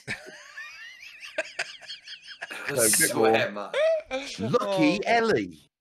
Destiny put a butcher's knife at arm's reach.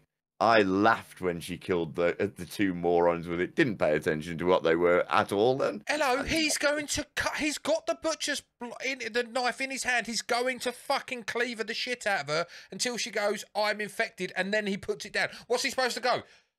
1 minute, let me put it out of arm's reach and put it over here. It's like... You just told me that you're infected, and I'm stood right next to you. And you bit me. Not just you're infected, and you bit. This is not the time for him to be like, okay, yeah, well, you know, of course it would happen like that. Man's a sausage. This guy might be worse than the fucking 2 out of 10 guy. Jesus. So it ends with, Last of Us is not a bad show. It is entertaining at times, but not original. So... You're not original, mate. Please go walk off. I'm with TJ on that. I'm actually kind of more annoyed about that one than any of the others. And all that's going through my head is a chef song. Suck on my chocolate salted balls. Stick them in your mouth and suck them. Right, I'm going to give this 10 because this geezer's played the game. Oh, good. Finally, someone who must speak sense. Yeah. Right, so 10 out of 10. Brutal, but meaningful. Rachel Smith, Liverpool. It's probably Rachel Smith from Liverpool if I was going to take a random stab in the dark. I reckon it's Bob Thompson from Connecticut. Dave from down the road. Yeah. Steve! Someone may want to go and tell Rachel Smith about try and be a little bit more. Yeah. A little bit more. What was the name, sorry? Rachel Smith Liverpool. Yeah, fucking. I mean, fair play. At least it's Smith. Like, you've got to get through 400 minimum.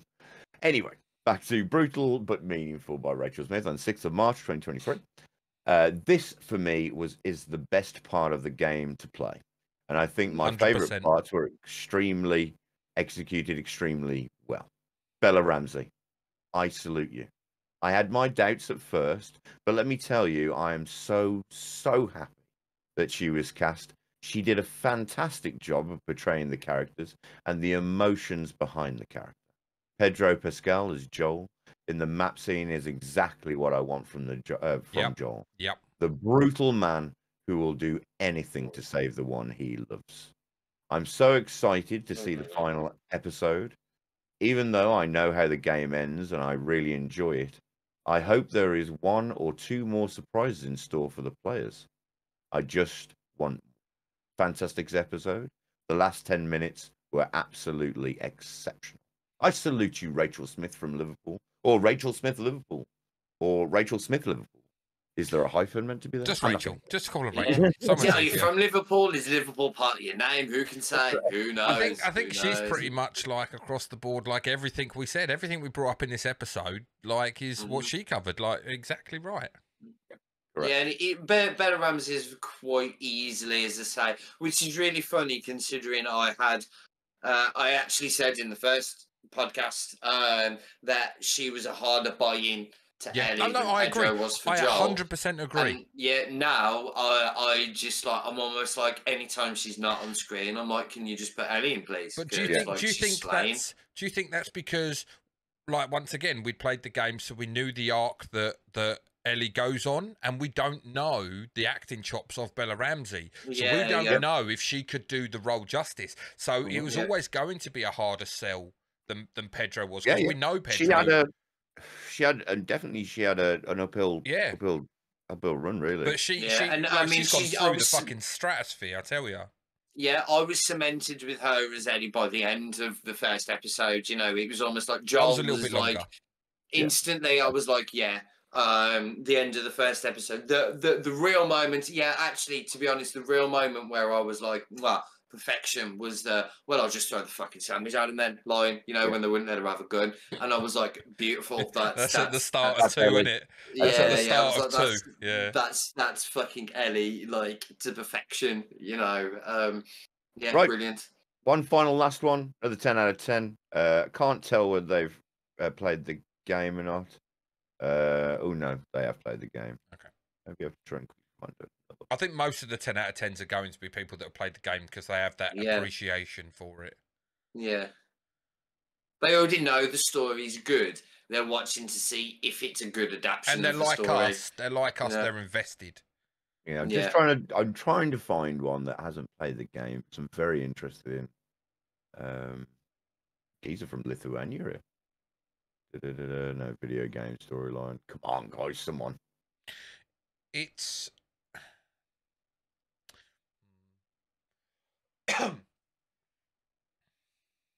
Hold on. Well done, this one says. I'm not going to try and read the name because it's impossible. Slavko Bojic. Yes. Yeah. Yes. Go with that then. Yeah. After a very slow 7 episode, this was refreshing. The tension and action are at a high level. It keeps you excited. Consistent rush of adrenaline. Dialogues designed in such a way that they do not slow down the episode, but add to the atmosphere and experience. The plot of the story is great. Acting is at an enviable level. Enviable level. At no point did I feel the need to skip any part. It keeps the attention on point. Great shots with a very good background. Overall, great episode. I feel like this series is getting back on track and looking forward to the next episode. I hope that the flow of the series will continue in this manner. So far, they have one episode left.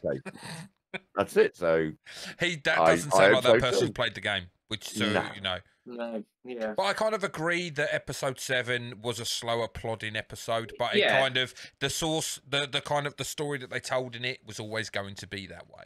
Mm-hmm. Yeah, and it was a good story as well. Yeah, it was. Yeah. Found a 6 out of 10 that's like half of fucking 2 pages long or something. Anyway, No. I was going to say, pass. Yeah, there's no need Not for that really, much incoherent nonsense, No, is there, man? no. Like at the very least, even if there was shit about it you didn't like bare minimum, it's like a 7, isn't it? Yeah. You know, in terms of just purely in terms of production on how it was made, you know, it's just phenomenal, regardless of what you think about like the script and the story. But like, you know, cinematography, music, acting, performances, it's all top tier shit. 100%. If someone compares it to The Road, did anyone ever watch The Road? I never. That's the Viggo Mortensen, isn't it? I never watched it. I have never ever seen the film, but I have read the book. It's a book, isn't it? Yeah. Yes, I've read the book, which is by Cormac McCarthy, and it is grim. It is very much like The Last of Us. It's basically the same sort of story. It's a child and a dad. It thematically, like, it's very, very similar. I think it's an atomic wasteland there. It's been a very long time since I've read it. And while it shares a lot of similarities thematically, it's very similar. Like there's no cure for it and stuff like that. You know, the driving force is one more of just out and out survival as opposed to hope. Grim, horribly depressing, bleak, like incredible story. One of those things that like everybody should read. But another one of those things to say, it's been like maybe 15 years since I've read it, and I quite probably would never read it again because it's one of those where, you know, like rewatching Grave of the Fireflies, Dad. Like I can't imagine a point in time where I think, do you know what? I'm just not sad enough today. Why don't I sort that out? Yeah. You know? There are those films, aren't there, that are they're great films, but you just left you've left the screen thinking, like literally depressed as fuck, but you've just seen greatness on the screen and you're never going to watch it again because you never want to feel like this again. First 10 minutes up every time, just like, why am I even watching this movie? Do you know what a film I weirdly had that reaction to was Joker.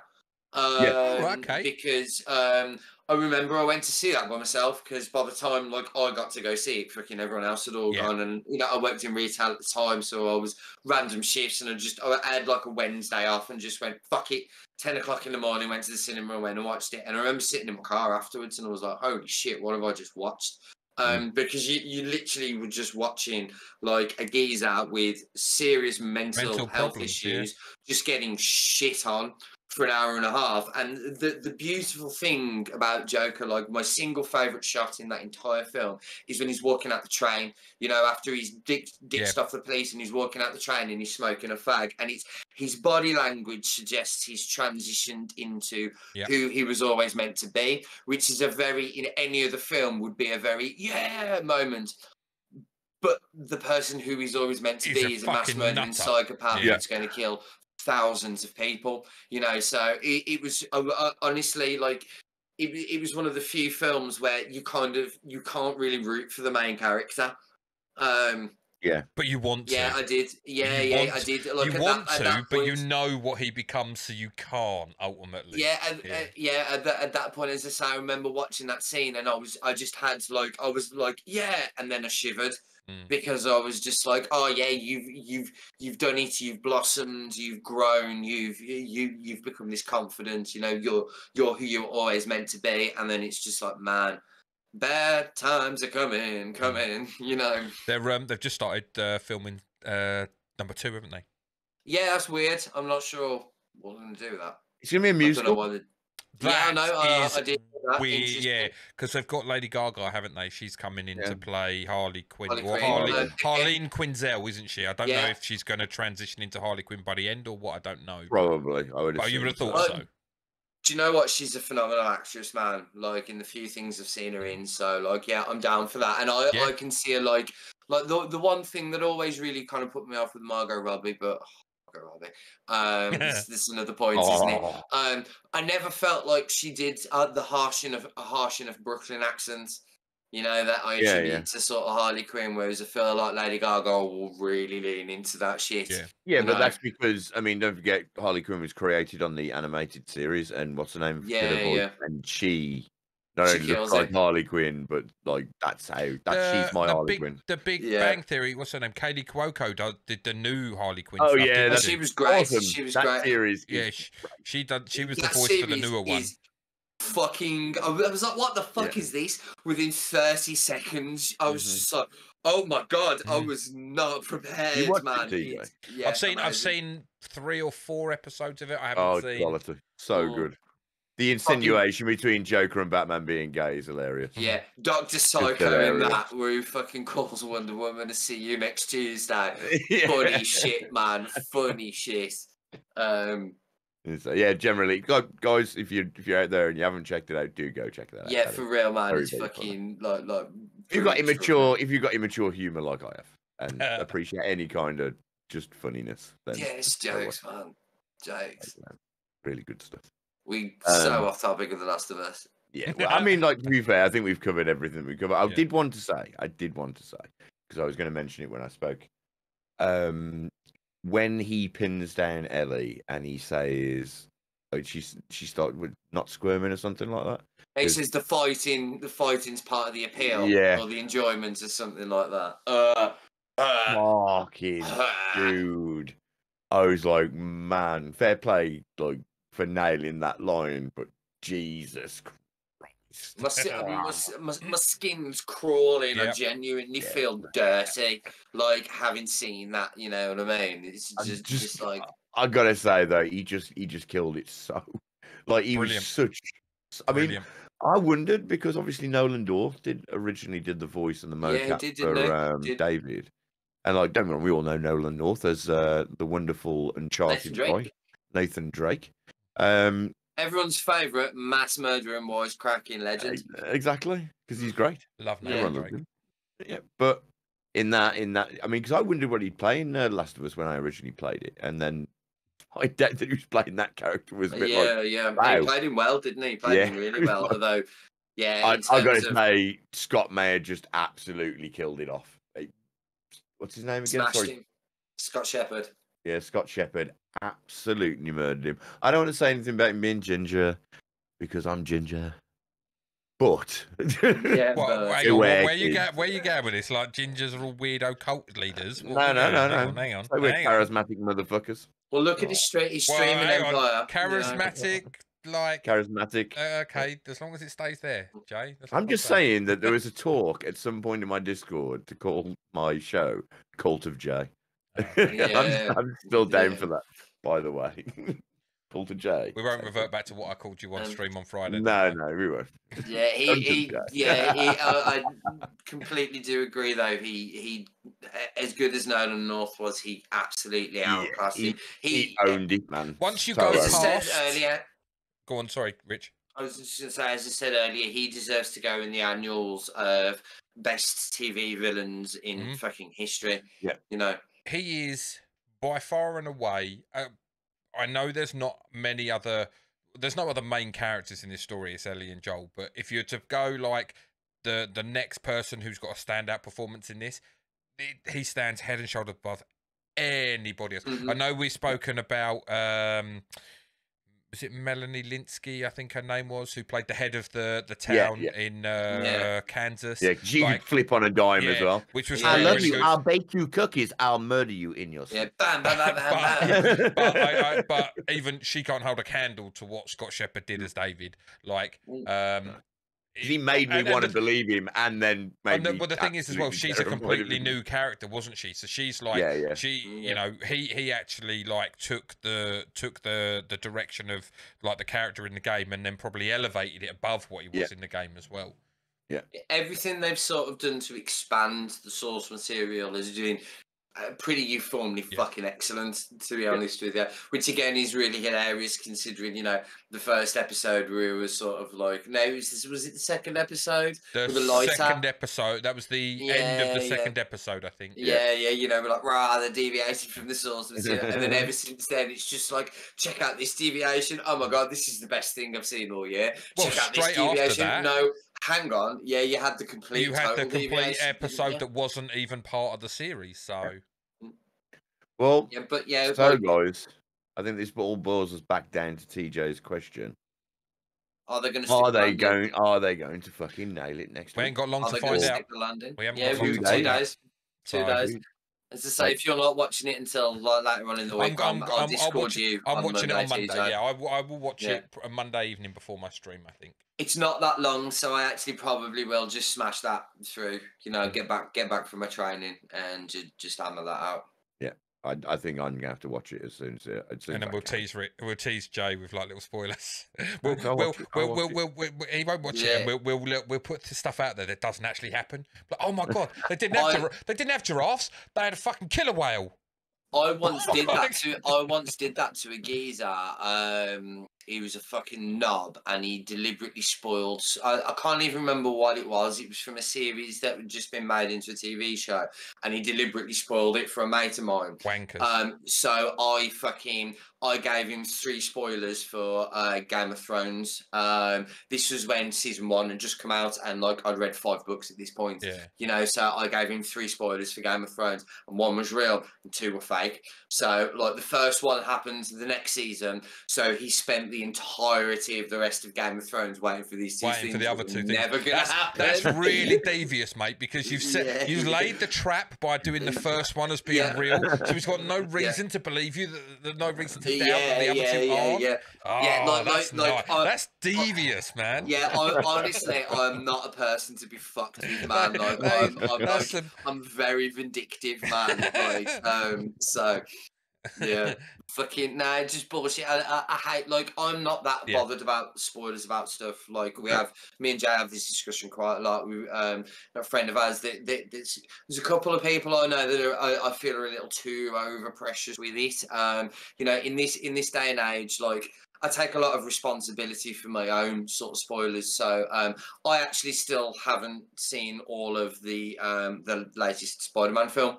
But I can tell you everything that happens in it. Yeah. And that's on me, because after like 2-3 weeks, well, yeah, I've made the conscious decision not to see that. That wasn't the most important thing. There was I prioritized other things. I can't expect after say 2-3 weeks. I can't expect the world to just like not talk about things to you, and not because I've made the active choice. Like I think potentially being a bit miffed if say I was in hospital or something like that, and you know I had no opportunity to, and somebody came and blurted stuff. Yeah, I'd be livid, but like you know I just didn't go to the cinema to see it.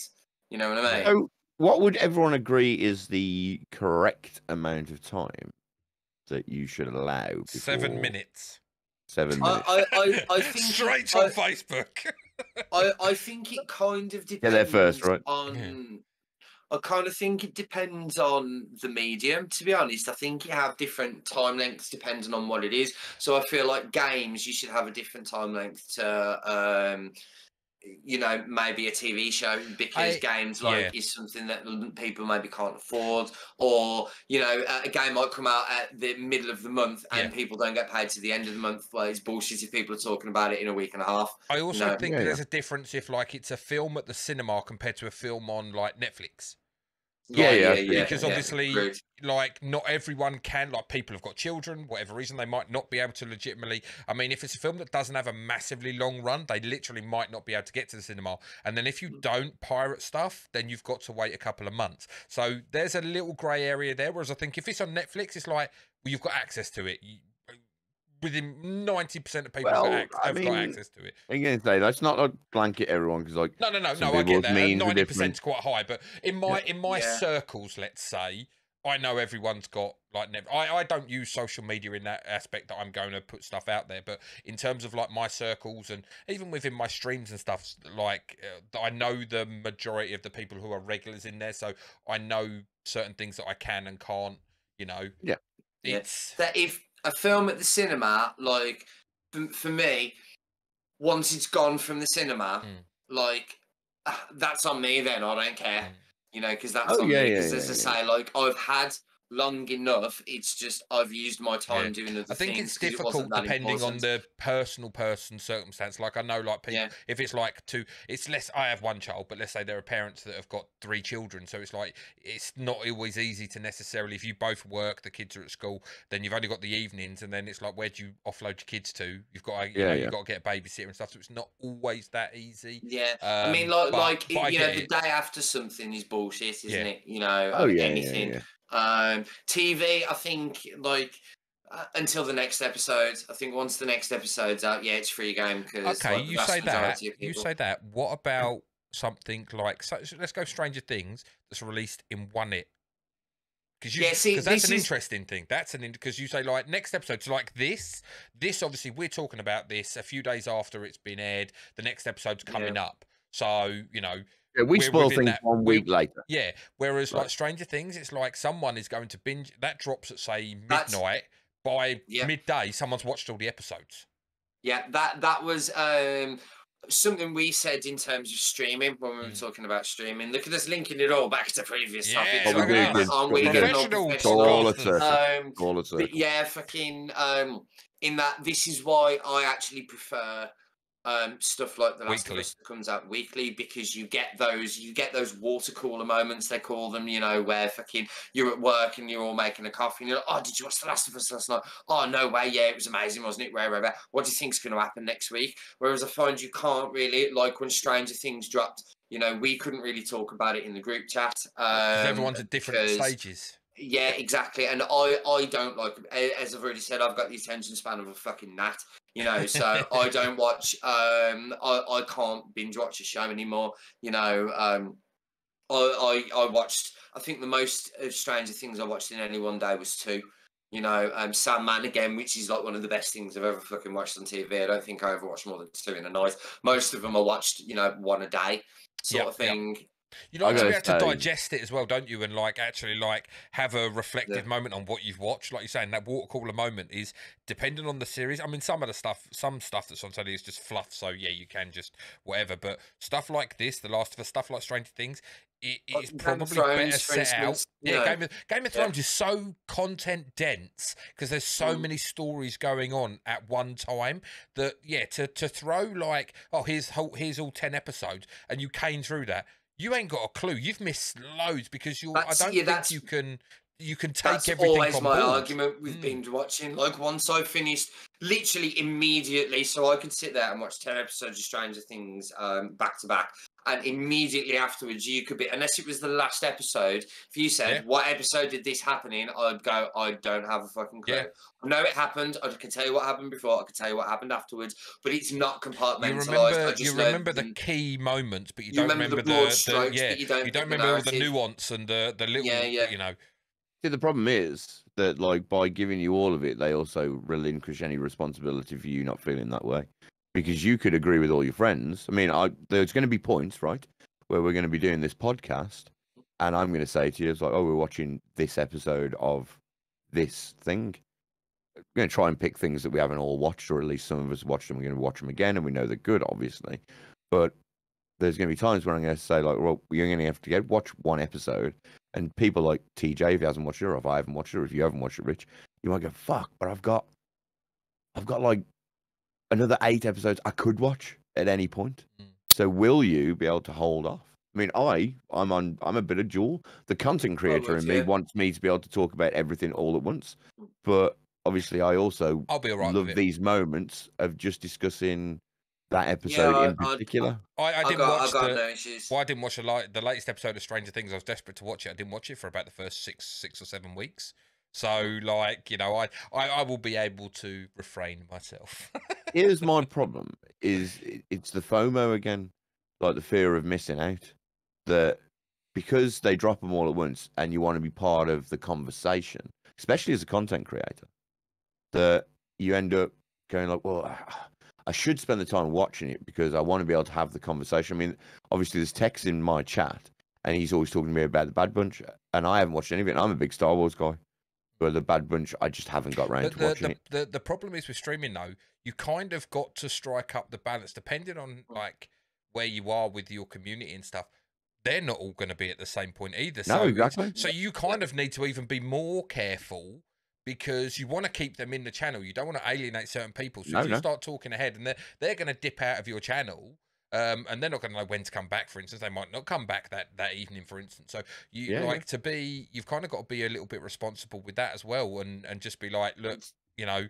Yeah, and it's also, I feel if you do stuff weekly, you've got a better chance of making it a community event. Yeah. Whereas, like, if I was discussing you with a thing and you were like, you know, I was just a watcher, you know, how much do we talk about how little free time any of us sort of get? This is why I prefer watching stuff weekly, because it's easier for me to find an hour a week for something than to sit there and feel like I've got 10 hours of shit to get through, you know. Whereas if you say, like, to a community, you know, this is where we're at, we've just watched episode 1, then they know they've only got to watch one episode by next week to be at the same point to then hear what we thought about it, you know.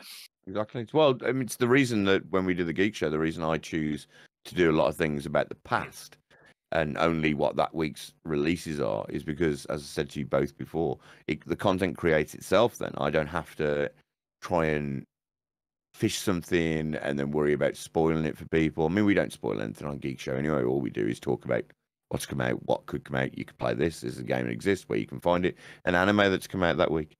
So, but do you know what I mean? Like, because you're making a show about entertainment, which is what we're doing here, you have to be careful about where you land with spoilers, because as TJ just rightly pointed out, you can just alienate someone because you've spoiled someone. This show in itself, our show, this podcast, is spoiling technically The Last of Us for people if they were to jump in at episode 4. The other thing that I've got to do, by the way, and I'm going to announce it here, I'm going to go back and find the True Talks with TJ, which is where we originally started talking about this, and put those up as episodes 0.1 and 0. Yeah, because I just realised that we've got a whole extra bit of conversation on that one. Remember the first one we did an extra 50 minutes on that. So I've still got the original though, so I'm going to put those up. I'll send them to you, TJ. What was that about? I can't remember. Oh no, it was money, not DLCs, in-game. Microtransactions and stuff. Yeah. We love that conversation. We love that conversation over here, don't we? Yeah. Just getting robbed by video games. It always comes full circle. Man, you seen fucking Apex's next money grabbing fucking skins is the Ash heirloom and bikini fucking swimsuit costumes for the characters. I should be buying them all. Right. I was going to say, TJ will 100% be coming on to buy logos. 100%. Because if not, I will give TJ the money for logos because I want to see logos. I've got a really, really funny story that is kind of poignant now because we're talking about Apex being a first-person shooter and everything. That just before we all depart and everything, I just you're going to find this fucking hilarious and it's super embarrassing from my point of view. So my chat have been wanting me to play Fortnite, right? And I was going to play on Friday because Dead by Daylight was down. I've never played Fortnite. I've never paid attention to Fortnite. I've never been interested in Fortnite. But I was like, okay, I'll download it and play it. It was 40 gigs, so I couldn't play it on Friday. But I downloaded it and I thought, I'm going to throw it on and play a game. Because there's no building. And that was the thing, the barrier that always stopped me. Because it was like, I want to shoot someone, not build a fucking tower. What the fuck's going on? Yeah, and the thing is, it's always made me laugh because people always go like, oh yeah, Fortnite's a fucking kids game. Fortnite with building is hard as shit. Like like you shoot somebody and he's in a tower and then shotted you out, and I'm like, I don't know what just happened. You're dead is what happened. You're dead. Well, I didn't. So I knew nothing. I went on, selected no build, went into my first game. Okay, played my first game, won my first game. I'm like, oh my god, I'm retiring now. He was against I sent shut up. I sent you a pic. I literally screenshot it. I sent it to you. I put it in my Discord. I was like, look, people, I'm fucking a prodigy of Apex. Someone turned around and said, you do realise the first game you play on Apex is just a lobby full of bots. It's you against bots. I was like, you meant Fortnite. You meant Fortnite. Fortnite. I was like, fuck. I just made myself look like a right wanker. And then someone put the gif up of Drax going, ha, but you were well embarrassed. And I was like, fuck off. You ruined my night, you bunch of arseholes. That's great. I was so proud of myself. I was like, fucking screenshot this shit. I fucking never win anything. I didn't want to point it out to him on the thing. I told Ben about it, and Ben just like glossed over it, and all the bastard. Yeah. I was like to let you believe things. Fuck's sake, I thought I was great. Man, we got hammered on Apex the other night, didn't we? We did. Honestly, Apex has just not been fun this season at all. Nah, it's been savage, isn't it, man? It's been grim. I'm gonna lie. You know what the problem was, Rich? We had that day where we had 3 wins. Remember? Yeah. We killed our entire season. You peaked too early. That's it. Ruined our entire season. Literally the first day of the season, we came in big dick energy and just smashed it. Like 3 wins, and they weren't even looked in wins. You know, where you just like you see nobody and then fight the last team. No, we decked like 5-6 teams. You know, played position really well, really smart rotations. We absolutely nailed it. First day, we were like, yeah, this season's the one that's all smash ranked, and then from then on, we've just been shit on for the entire season, man. God's sake. Well, that's Apex for you, kids. That's Apex for you. That's live. That's it'll be interesting. So next week we're not just going to be discussing the episode that we're going to watch. No, we're also going to be doing like a series recap, overview. As a whole. And how we and feel. We will give our reviews. I'm going to make sure that TJ's got some 10s ready. I won't be giving it a 10. That's what I'm saying. Well, if you let me finish my joke. Oh, okay. Sorry. I was going to say to put with the other number that we put with the 10, with a dividing slash. But no, I agree. I think it will definitely be high numbers. I do feel like a lot hinges on, because if they really car crash this, you've gone. It drops into the 7s or something. Yeah, I was about to say you have, because like a lot of the time. So again, I'm going to bring this series up. I brought it up earlier. Stephen King's The Dark Tower series. Like the end of that, I was fucking livid. You know they're making a TV series, that Rich? I do indeed, yeah. I hope it's going to be better than the fucking film, because that was god awful. Are we going to do? Should we do an adaptation? We got to do an adaptation, right? I'd watch what? We got to do an adaptation podcast on it. For The Dark Tower. Yeah, we got to do all warts and all, man. We got to. Oh hell yeah! Either rip it apart or what, the film or the fucking no, not TV fuck show. The film. I ain't doing the film again. Yeah, go watch the film once and that's enough, man. I watched half of it and I was like, I'm done. I'm not doing it anymore. But no, when the TV series comes out with no knowledge, I don't want anyone to pre-watch it. Once a week, we do a podcast about the Dark Tower, just because. I know you've actually read all the books as well, haven't you, Jay? Like I'm a fucking mega fan.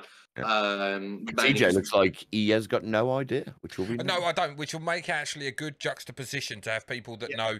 Like, so I'll be going into it as a complete noob. Yes, I've seen the film, but the film, like you say, was fucking terrible. Oh, so I'll put if you ever want to do One Direction on it, out there, and that won't be in my thought process while I'm watching that. So it'll be interesting to get that juxtaposition of people who know that all the source material.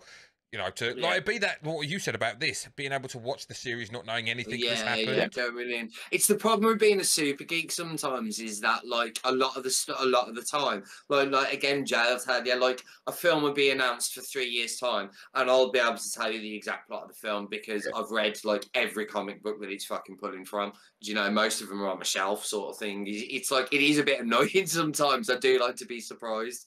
Well, I mean, like, that doesn't mean that there won't be something, because there's definitely going to be some adaptations. 2 quick other things before moving from The Dark Tower is, despite the film being shit, I did think the casting of Matthew McConaughey as the Man in Black was inspired. And now when I actually, because I do reread the source material of that pretty frequently, I do hear his voice. I think he did a good job. Just the film itself was dog shit. Yeah. But yeah, it's an interesting contrast to The Last of Us, because The Dark Tower was very much about the journey. It wasn't about the end point. Like, it took me sort of 6 months for me to rationalise and realise that the end point was actually perfect for the story that they were telling. But, you know, if I'd have seen Stephen King walking down the street within the first 6 months, I'd have caved his fucking head in. I'd have killed him. Because like 15, 20 years of my life I've been reading this series. And to end it like that, you know, it took a while for it to set in. Whereas The Last of Us, I think the end very much is the fucking point. of the story. While the journey is important, isn't it? It's meant to be the yeah. While the journey is really fucking important, I feel like the point it makes at the end is the fucking point. Yeah, you know.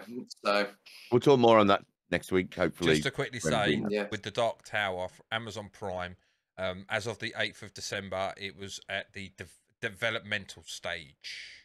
So it's not going to be out for a while. No, it's going to be ages, but hopefully we'll still be doing the podcast. It'd have to be the problem you've got with the Dark Tower in particular.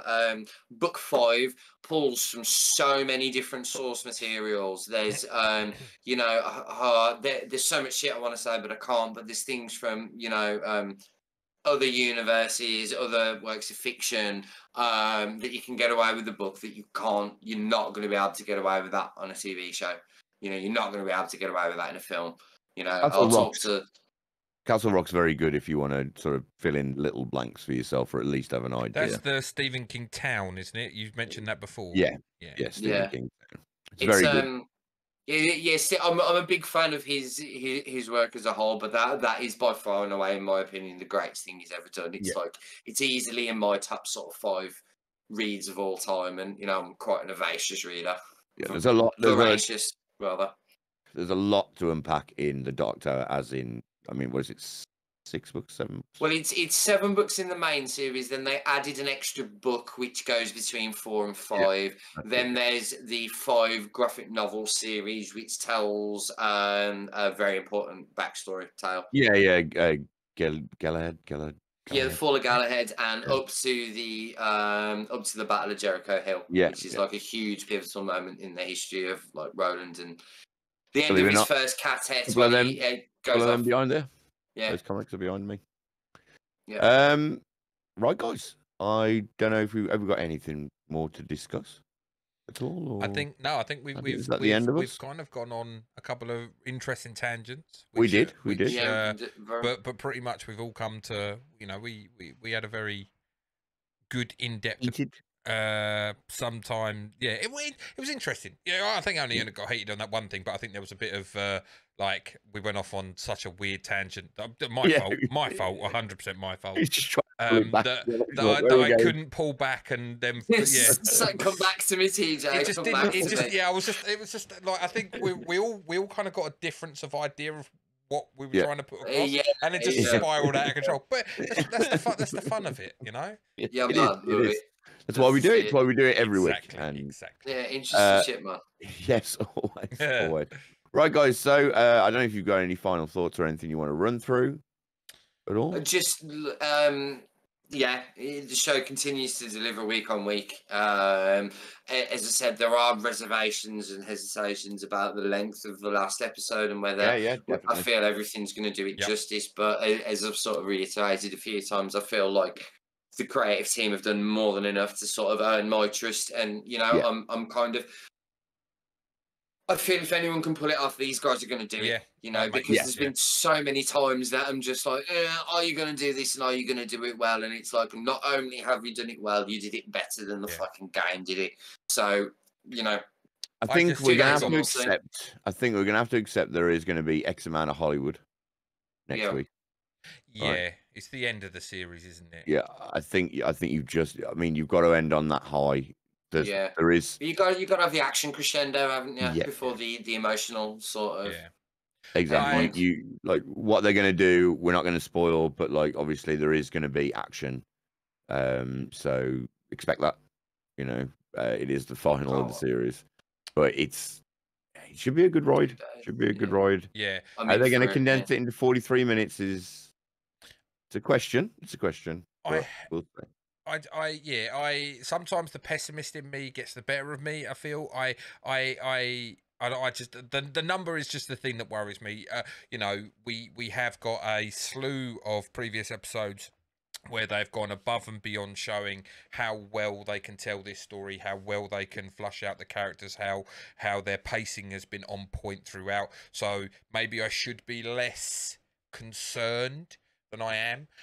But for me, this episode here was the biggest, the most key episode for me because it's my favourite part of the game and everything. And I felt if they nailed this, I can possibly, where Rich can't accept potential ending not happening, I could accept that, but I couldn't have accepted them fucking this up. Like for me, this where like me and Rich differ on that subject. Like where I said if it ended how I surmised it could, I could get over that. I couldn't get over if they fucked David up. Fuck this. Yeah, I feel that. So like for me, they've already hit a home run with this series, and I'll just accept what comes with the last, unless they fucking completely fall off a cliff. But I can't imagine that ever happening. Yeah, you know what I said earlier about how I thought the episode would go. Look, I can just see it playing in my head. Man, what I'd love to see him do is like you keep the music, but instead of the title theme, you have them traversing through the city, and as it sort of ends, you get a Last of Us title card and scene. Do you know what I mean? That'd be what I would like to see. I don't think that's what we're going to see. I think it is very much what I'm going to say earlier. No, it would be nice to see him do that, to utilise it. Like, look, we've all seen the title card a billion times. If you were to just montage them walking or really travelling or something. When they, when they put the title card at the end. Yeah, especially when the title for the film or the series is like, is that like the last of the title fits the narrative so well for it to be put at the end, like, and just have them, because like you get that silhouette of the two of them, don't you? When you've got like it's the person, isn't it? And you see all the cordyceps running through the person shape sort of thing, and then you just see them turn into two silhouettes. That's such a poignant thing. That would be quality to end, because with the Last of Us, the silhouette they fade away. I don't think they'll do that. I think they'll just keep it as they have done for the rest. But it would be, would be good. But like I say, nailed this episode, so I'm massively like appreciative of that, and we will see in a couple of days. Yeah, I'm hyped. I'm super hyped. There's very few occasions I'm genuinely this hyped to watch something, because there's one of the reasons I've said to Jay, and I think to yourself a lot of the times, is one of the reasons I watch more anime than anything else is like anime nails finales, whereas I feel live action stuff, I've been disappointed too many times, It's so hard, guys. Yeah, Sopranos, Game of Thrones, like the last season of Line of Duty just ended absolute trash. Yeah. And I feel really fucking personally betrayed by that, because I love Line of Duty. Yeah. Great series. But this creative team have done enough to make me think, you're going to kill it. God. Did anyone? Chernobyl, did it stick the landing? I didn't watch Chernobyl. Yes, it did. Yes, it did. Yes. Just so I know that we've got some pedigree. Because that's the same Neil Mazin. Was it Neil Mazin that did that? Craig Mazin. Neil Druckmann. Yeah, and Neil Druckmann. Or if you're American, Craig Mazin. Craig, yeah. Craig. Good shit, man. Fucking American. So next week will be an interesting one, because I'm sure we'll go on a multitude of fucking crazy tangents. But next week will be an interesting one, because it'll be, the episode in question, and then we'll either come in like heads down, crying like they've ruined it, or we'll be like, we'll just be spent. We'll just be like, fucking hell. Oh my God, I can't believe it. Just like all it is 2.5 hours of emotional wrecks. Crying. If it's bad, it'll be, hello and welcome to Opinions of the Unknown. It was shit. Goodbye. Yeah. I mean, I like how you changed the name of the podcast as well, but in unison, it all comes on, and all three of us just go wank and literally smash the camera. It's like bullshit. I can't believe. We'll just be like, I'm with Mr. Cockwomble 4000. This series is shit. Yeah. Honestly, like fucking. All the low reviews are taken like back. This for the end of like Lost. Like I'd be trashing shit on camera, man. I'd be flipping tables and all. I think that was the start of my demise for sort of TV. That was Lost. Rich, you're going to enjoy what I've got for Smash Brothers tomorrow so much. Enjoy what I've got for Smash Brothers so much. Because Smash Brothers Brawl was released this week, and I don't know if you've seen on the internet, there's a lot of people that get very, very passionate about their losses on Smash Brothers. Yeah, there is. They get very. So that's a little bit of a hint for what's coming up in tomorrow's. I've followed Smash Brothers like competitively pretty solidly for about a decade, man. So I've probably seen. Nice. I think we're gonna see some pretty funny shit, aren't we? Yeah, we're gonna see some pretty fucking. Yeah, I love watching people rage. Yeah, some not very happy people, and gonna make me laugh. Yeah, Smash Brothers is an interesting one because there's been lots of controversy surrounding that as a community. It was a breeding ground for some quite nefarious activity. Oh man, you hear it? A couple of them, like I just not on the videos that we'll be showing tomorrow, but there's a couple of times when a guy like rages, and you hear like somebody go, "Dude, you do that again, you're at the competition." And Yeah. like, man, you think like some people got like real money riding on some of those things as well. Yeah. Well, this I mean, like, the prize pool. Smash Brothers has never been considered like it's not elite enough. It's not Tekken. Do you know what I mean? It's not CS:GO and stuff like that. But you're still talking like 6-figure fucking prize pool for winning, say Evo or something like that. You know. Right, we've diverged once again. Yeah. We've diverged once again. We do. It's the great fun about doing this podcast. Yeah. Man, I could talk fucking about Smash Brothers for actual days, man. What we'll be doing tomorrow, Rich. So don't worry about it. It's coming up on the agenda. Right, kids. So this has been the Opinions of the Informed. I hope you feel that you've all been informed. Informed by our uninformed ramblings. Exactly. Hope you found out something that all of us don't like, the low reviews from morons. Is basically but even if you didn't find anything new, at least you got to speak to some spirited and passionate people. Exactamundos is what we're all about, kids. It's what we're all about. Right, guys. So I have been Firefly Zero. I, of course, been joined by Rich. LiveConvoy. I'm pretty much only on Instagram. I paint models. Check me out. Cool. And of course, the incredible TJ. Proper TJ on all your social media platforms, and I stream on Twitch on a Monday, Wednesday, and Friday. You can catch me on Twitch sometimes as well. I mean, I don't know when I show up, and I'm usually late, so don't worry about it. Anyway, kids, good night. See you later. Let me break it all down for you. I ain't never giving up, I ain't never I'm taking that crown from you. I ain't worried about you, I ain't so let me break it all down for you. I ain't never giving up, I ain't never I'm taking that crown from you. I ain't worried about you, I ain't here to make